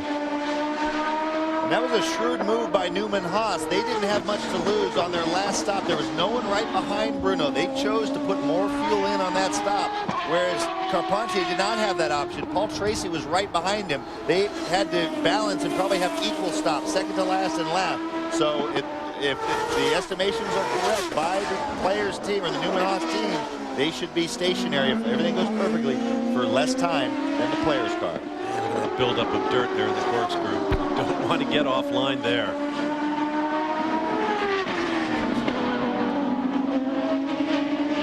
See, Paul Tracy may try to stop a lap ahead of his teammate. Probably to give Pat a clear entry or exit out of the pits. Yep, because he is the car directly ahead of him, even though they do have that cut through in the pit wall, giving him a little extra gap. We saw those little bits of black rubber. Racers call them marbles. They're bits of rubber that ball up off the tires. And they can make life a little treacherous offline as well. Paul Tracy is in. This does not hurt Paul because the next you're car going to have to behind come him around is 33 guys. or Pat's probably guys are set up. Let's put it right on the mark. 16 seconds Could be a behind relatively Paul. quick stop. By stopping a lap early, if a car was right behind him, this would be bad for Paul, but there's no one, so they're doing this as a Reset fuel, courtesy to pit lane cruise off. Derek Daly. I'm going to try and get a look at the front tire that he flat spotted, because that's what cost Bruno so dearly. Go, go, go, go, go. Clear, clear. Good stop for Tracy, nice and clean. I'll come back to you with the right front tire. All right, thank you, Derek. Up and over the brow, back on his way goes Paul Tracy. Meanwhile, there is the battle for the lead at the corkscrew. More tire smoke from Bruno Junqueira as he tries to claw his way up to Patrick Carpentier. And both these guys are pushing. That 0.8 of a second gap could be enough. If Patrick has a little bit of a gap, it will offset at least a little bit the extra time he spent stationary. Brakes locked up, coming in, both guys charging in. Look how much time Bruno made up on pit entry. Okay, No need to save the tires there. Have to come around Derek and Calvin await the top two runners in the race. Inside our tire. Oh, this is as good as it gets. Carpentier right on the mark. Knows a little bit sideways. Put on the brake. They're afraid to make the front tires. Wing change, remember. Get ready. Calvin. Patrick beats him up. The players team clear the tires. Now the boys are behind the wheel and going to have to do the work to go for the victory. Let's go. Oh, looked like Bruno's a little sluggish getting away there. Carpentier right on the button. This is really Bruno's best last chance on cold tires. Once everything is stabilized, the temperatures and pressures in the tires, nobody's been able to make a good move on an equal car. As soon as Bruno catches his breath and gets things up to 10, he can say, I thought you said I was going to beat him out, guys. Oh, looks like is that Roberto Moreno off at turn 9, just below the corkscrew. That's where all that dirt was I was talking about. That may have been what threw him off the road. Well, Patrick Carpentier continues to perform flawlessly under great pressure, leading this race from flag to flag thus far. There is Bruno Junqueira. Got to be racing with a little frustration right now. Derek Daly. This is the left front tire from Paul Tracy's car. This gave him all the trouble. Again, we're down through to the cords on this Bridgestone because Tracy, as we saw, had that huge lockup on cold tires. When you flat spot this, it causes a vibration he can barely see, as you heard him say, and basically you can't run fast. You had to run all 24 laps on a flat spotted tire. That takes some driving skill. Here's Junqueira underneath Haberfeld. Excuse me, Jourdain underneath Haberfeld for 4th place. So the MyJack team got him out in front of Jourdain, but Jourdain got around him, same place he got around Adrian Fernandez. Now that's a good indication of the growing confidence of Michel Jourdain. It's a risky move on cold tires, but he's really coming to go, Michel. You are P4, P4. Another terrific driving job by Michel Jourdain. Round 2 of the season. On the streets of Long Beach, California, he dominated the race, held off race-long pressure from Paul Tracy, and then the car broke on his last pit stop with a handful of laps to go. He was bitterly frustrated, cried on the shoulder of his team owner, Bobby Rahal, but then came back in Milwaukee and got the victory. Now he is driving a terrific race today. Here's the pass. How far back he came from. He made up his mind about 2 corners before, I think. Whoa, big wiggle coming off the corkscrew. Took that Alex Zanardi line. Same part of the racetrack. It was here that Alex Zanardi authored what's still called simply the pass back in 1996, going underneath race leader Brian Hurd off the road and back on the last lap, going on to win that race. Here are the race leaders sandwiching the blue and orange car of Tiago Montero. Montero's moving over to get out of Bruno's way and ended up getting in his way a little bit. The hill they go. There's that bump there, discolored by tire rubber. The double blind brow to the entrance to the corkscrew. Plunging downhill. Height of a 5-story building. 12 laps to go. Next time by, we'll take a break and return to Monterey.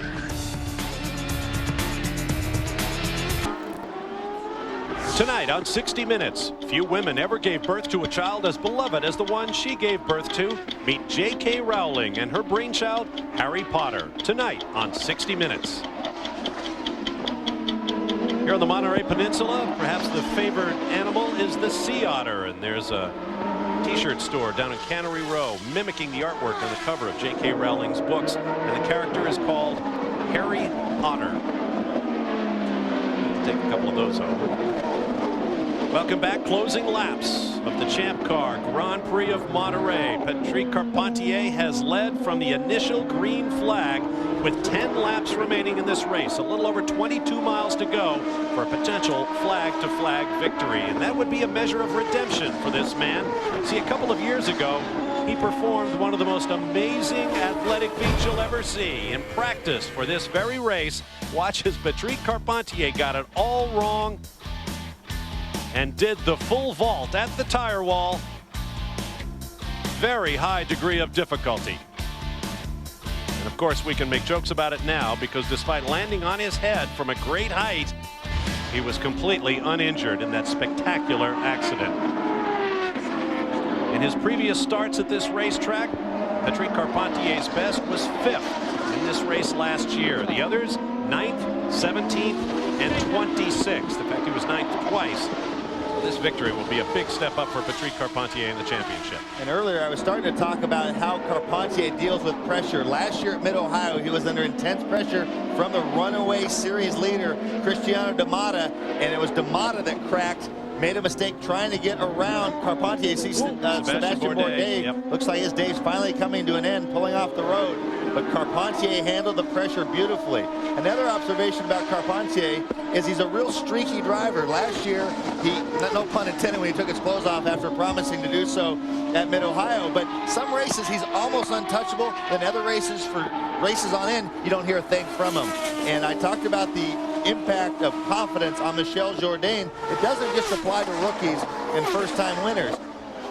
When Carpentier has that bounce in his step and the confidence is flowing, he drives like this. Last time a driver led flag to flag, the inaugural street race at Denver, Colorado last year. The man who did it, the man who currently runs second, Bruno Junqueira. Will he allow Patrick Carpentier to do it? Let's get more with Derek Daly. With Mike Cannon, the engineer for Patrick, you've documented every lap. If you bite your nails, you better start now. Can he hang on here? I'm sorry I didn't get that, but I mean, can he hang on? I certainly hope so. I mean, it's one thing to catch a guy, it's another thing to pass him, isn't it? I mean, the Team Players car has been pretty strong all weekend. Looks like in race trim that Junkie's car's got a bit of an edge, but he'll hang on. There you go. So they believe they're in the catbird seat. Calvin? I think the key for Bruno, up until that last lap, he had been marginally quicker than Patrick. He needs to get close enough, Derek, so that if he's in a position where there is some traffic, remember that blocking rule once again. I think the kart stewards will really be looking closely at that. If Patrick gets balked in traffic, he cannot pull a blocking maneuver on Bruno sitting beside him. And meanwhile, his teammate, Sebastien Bourdais, has called it a day. He'll be climbing out of the cockpit. Tough break for the French rookie, who's been on such a great roll of late. 2 victories in Europe. He was concerned about the Milwaukee Mile, a very intimidating place, and he was not much of a factor there en route to 9th place. It appears his day is over here at Laguna Seca, a track he says he absolutely loves. Here comes some of that traffic that Calvin talked about. That's Jeff Boss up ahead. That's Camathias. That's Camathias in the Swiss-sponsored car. No problem. And Pat wants to keep this cushion. He does not want, even though it's not a lot, it's only 9/10 of a second, it's enough that it buys him a little bit of time in traffic. So last time through turn 4, some puffs of dirt. Patrick is not leaving anything on the table. Sometimes you say, I don't want to take any more out of the car and let him get it right up behind me and have a little bit of car to spare. It seems like Pat says, I'd rather use every inch of this track, look at that, right out by the dust, every single lap. He'd rather work really hard, use everything he has to keep that small margin. Well, he may be getting on one of those runs of success you talked about earlier, TK. 3rd at Milwaukee 2 weeks ago, a possible victory here. Last year at Mid-Ohio, he was going for his 2nd victory in a row in a Buckeye State. He swore if he won, he'd run naked around the racetrack. He did win, and with a little cajoling and a little carefully placed use of a checkered flag, he ran semi-naked. Right now, the gap is stabilized a little bit back to Bruno Junqueira. 6 laps to go. Next time under the flag stand. Let's go to Calvin Fish. Well, the man who scored more points in the last 3 races than anyone is Sebastien Bourdais, leaving up to 4th in points. But Sebastien, what ultimately put you out of the race today? What put you out, mate? Yeah, I think we had a good car for the race.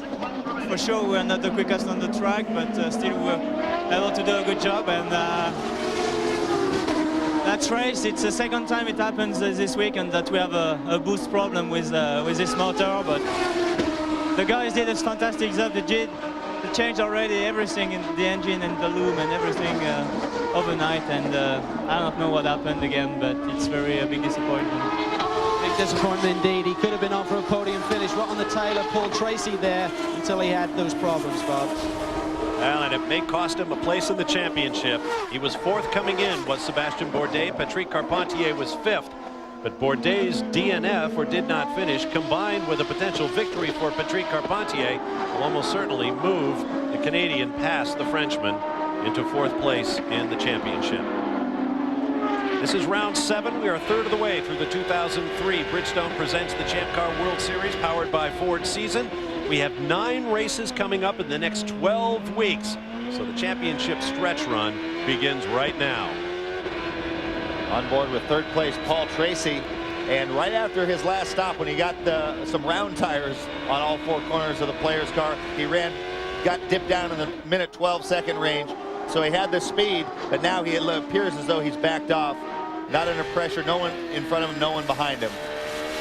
Here's Michel Jourdain, clear track ahead of him. He is about 13 seconds behind Paul Tracy for 3rd place. We'll check that. He's approaching the timing line. 5 more, 5 laps. There's Mario Haberfeld in the blue and yellow car. He is the leading rookie right now. We have a great battle going for the Jim Truman Rookie of the Year award. Sebastien Bourdais was leading that coming in, but Haberfeld will score a lot of points on his French rival today and tighten up that chase. Nice all-around weekend for the MyJack Conquest team and Mario Haberfeld. Checking in with 6th place, Oriol Servia from Patrick Racing. Another solid finish. He has been in the top 6 for, I believe it's 5 races in a row now. He's had a great string of points-paying finishes. And after driving for 3 or 4 different teams in his first few years in the Champ Cars, he really appears to have found a home with Patrick Racing. There's Adrian Fernandez. Another solid run in 7th, but I think not what he was looking for.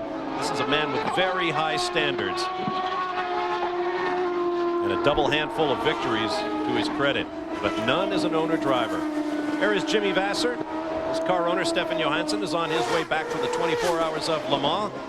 Jimmy, a former winner here in 1997, the series champion in 96 when his teammate Alex Zanardi won the race. They reversed those roles the following year.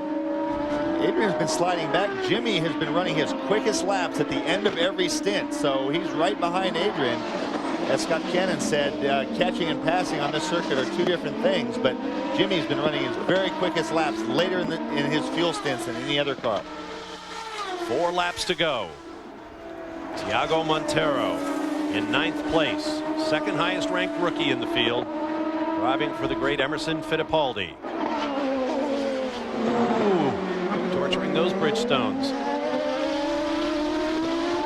The car ahead of him is Alex Tagliani, who is a lap down to Thiago Montero, so that's not a fight for position. As we go on board with Mario Dominguez in 10th place.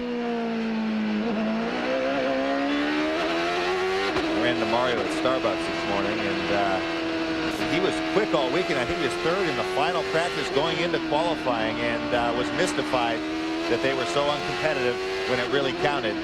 And I think that might be a function of this track that has changes so much between when the track's hot, cold, new tires, used tires, and they just missed it.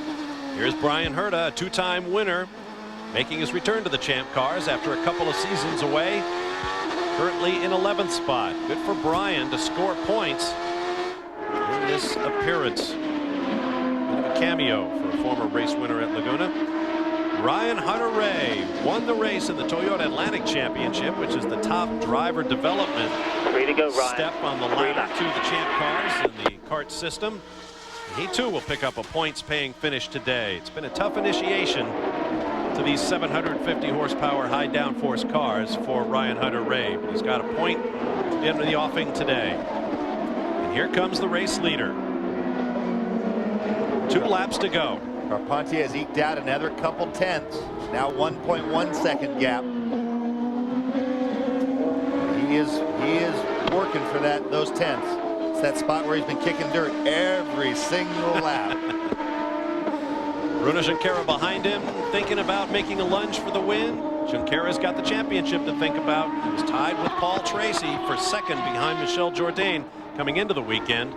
Tracy is in 3rd behind him. Michel Jourdain is behind Tracy in 4th. And Carpentier is even further back in the championship, hoping to move into 4th place around Sebastian Bourdais. So right now, there are very, very good championship points available to Bruno Junqueira if he just drives it home in 2nd. We are going to have a great summer of racing here on the Champ Car Series. Patrick's wife, Last lap, Pat. Last one. Nice and smooth. 1 lap to go. An enormous contingent of Canadian journalists follow every round of the championship. Follow the exploits of this man, Alex Tagliani, Paul Tracy. All Canadian drivers, sponsored by Players, a tobacco brand in Canada. Down to 0.77 seconds.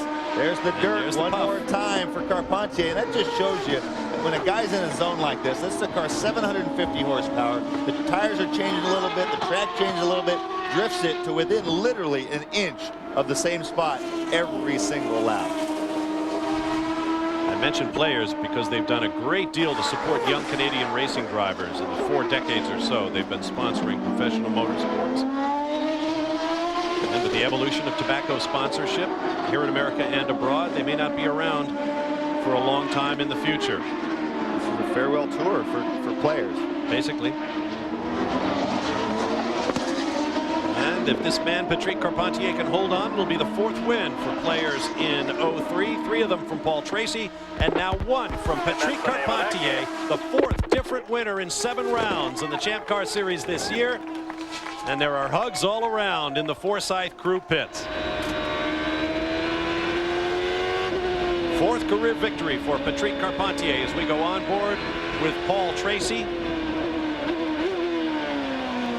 Holding on to 3rd place with Michel Jourdain Jr. behind him. There's Tagliani, Montero, and we'll be looking for Michel Jourdain Jr. in 4th. There he is.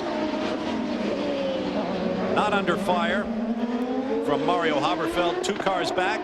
So from 13th place, after the disappointment of having his pole position taken away, Michel Jourdain Jr. comes home 4th, just off the podium. Here's Adrian Fernandez. This is a battle for position. That's Jimmy Vasser behind him. This is for 7th place. Oriol Servia, the orange and white Vistion car ahead on the road. 6th, 7th, and 8th. Finished nose to tail.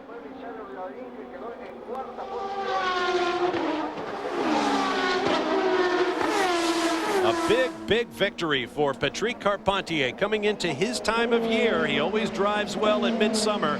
Some of his best racetracks are coming up. CBS Sports coverage of the Champ Car Grand Prix of Monterey will continue after this message and a few donuts and a word from your local station.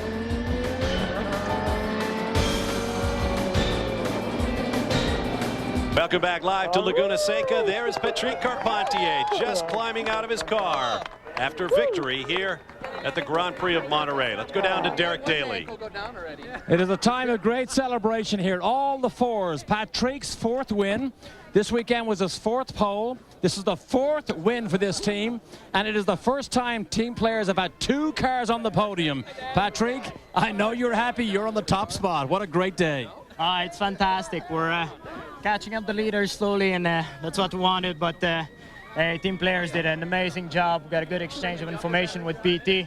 Few close calls there, but I want to stay first for this one, and we got it. Good job, guys. We talked at the top of the show about the pressure on you leading from the front. We saw a mistake when Tracy almost got by, and then Bruno Junqueira really piled it on.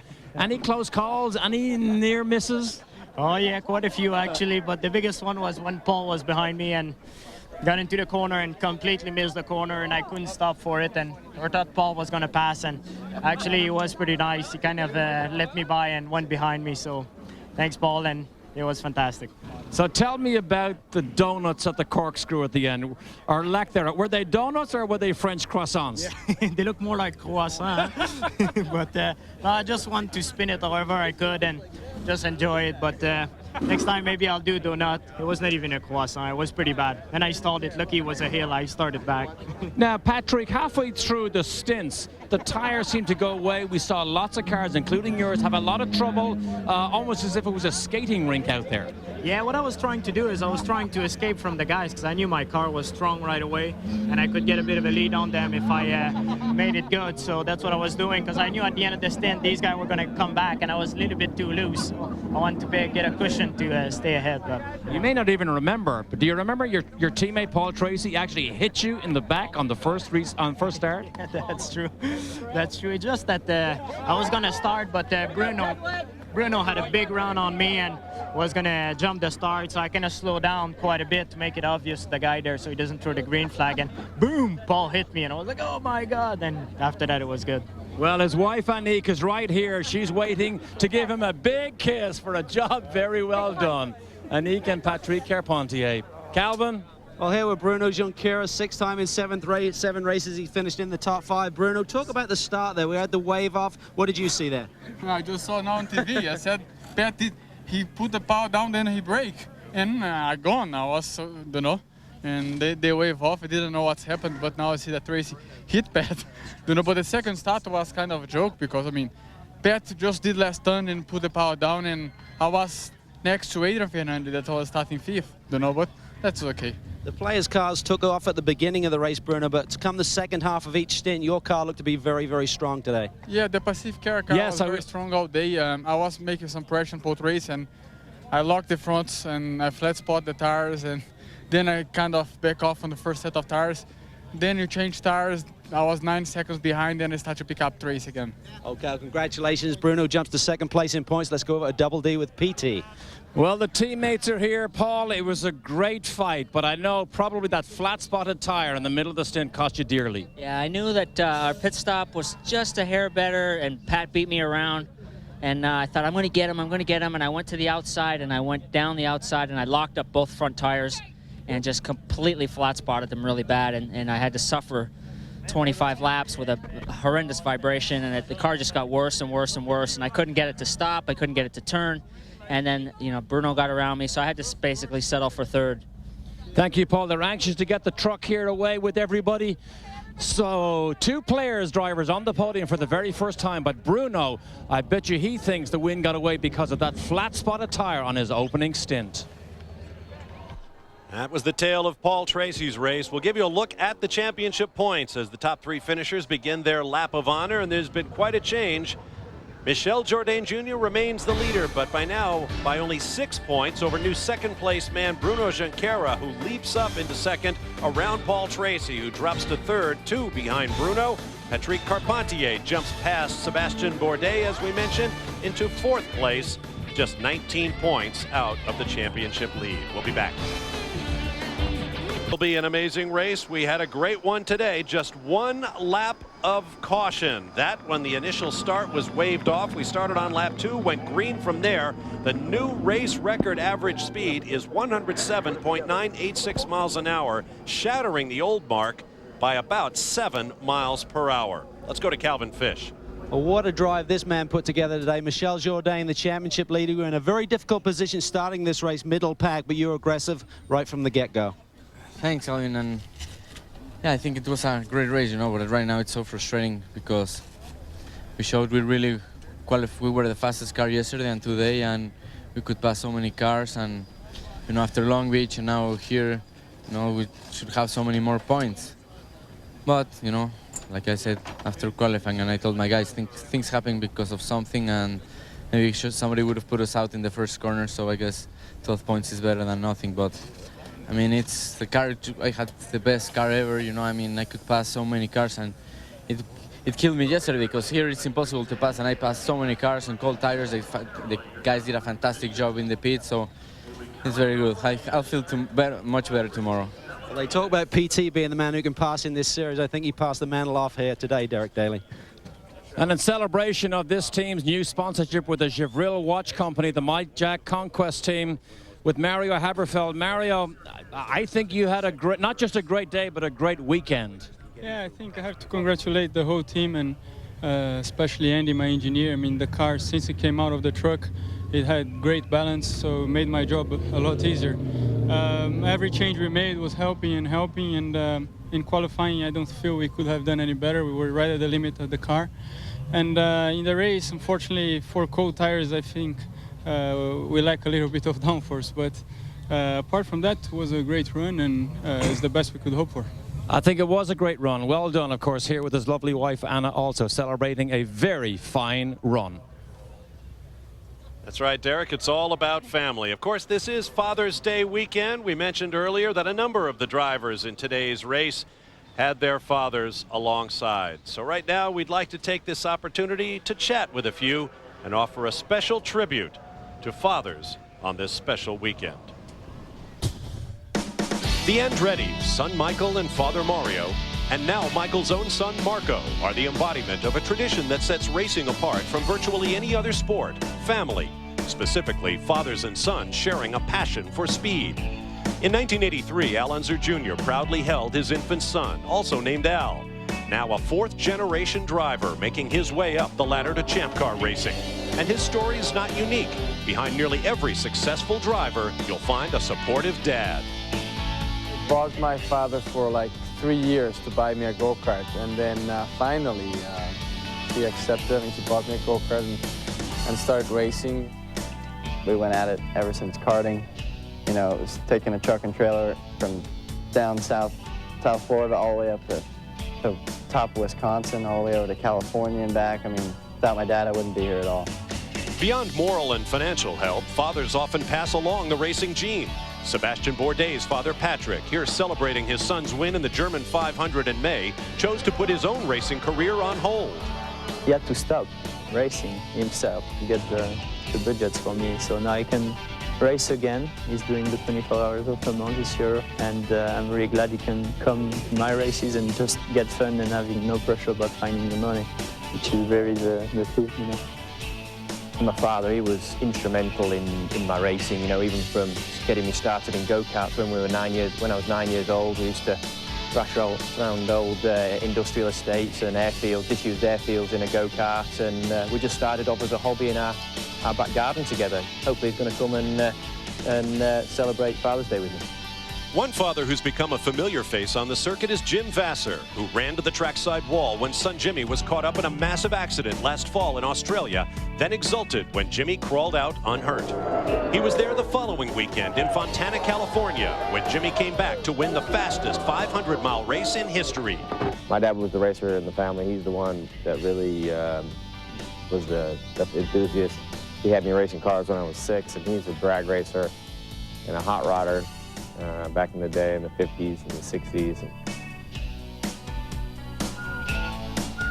Well, Father's Day, we've got Adrian Fernandez and his father here, Adrian Fernandez Sr. Congratulations on your birthday yesterday, 70 years old. How much fun is it for you to come to these races and watch your son perform? Oh, I feel very good to see my son in the race, on the track, and I want to see the win in the first place.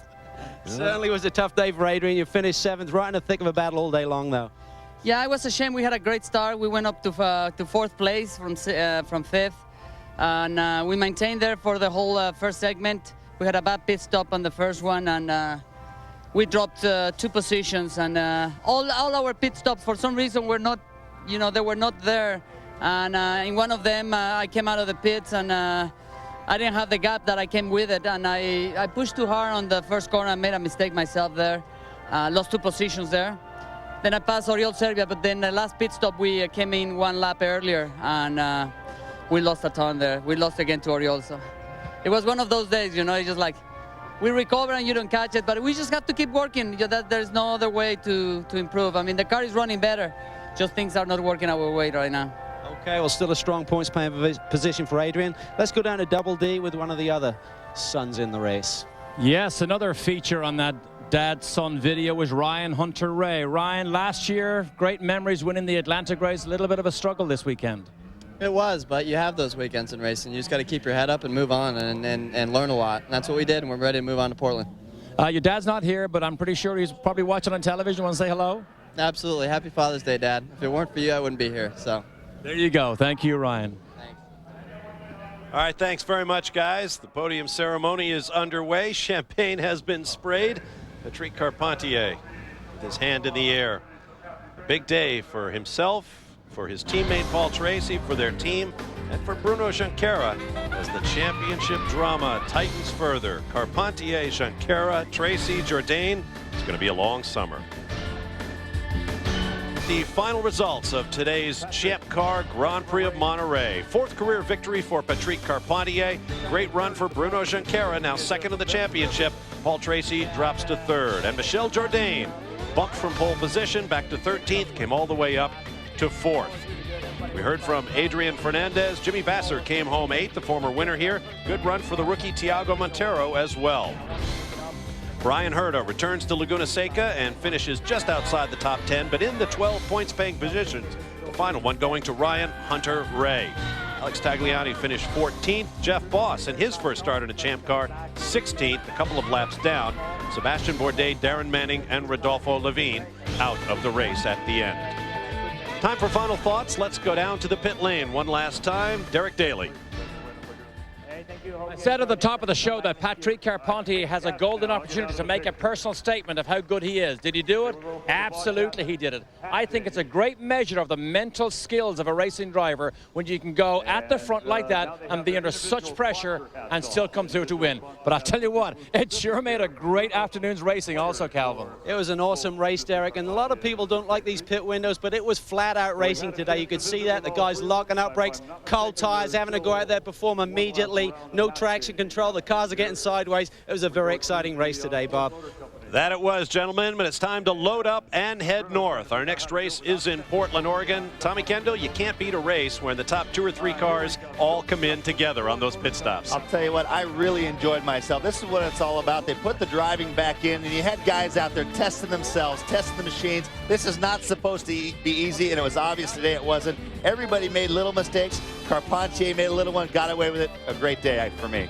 No question about it. So for Tommy Kendall, Derek Daly, and Calvin Fish, I'm Bob Varsha saying so long from Monterey, California, where Patrick Carpentier of Canada has won the Champ Car Grand Prix of Monterey.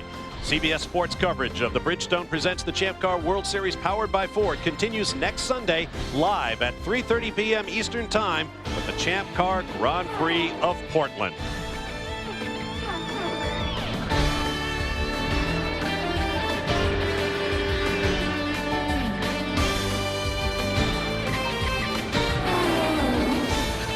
This has been a presentation of CBS Sports.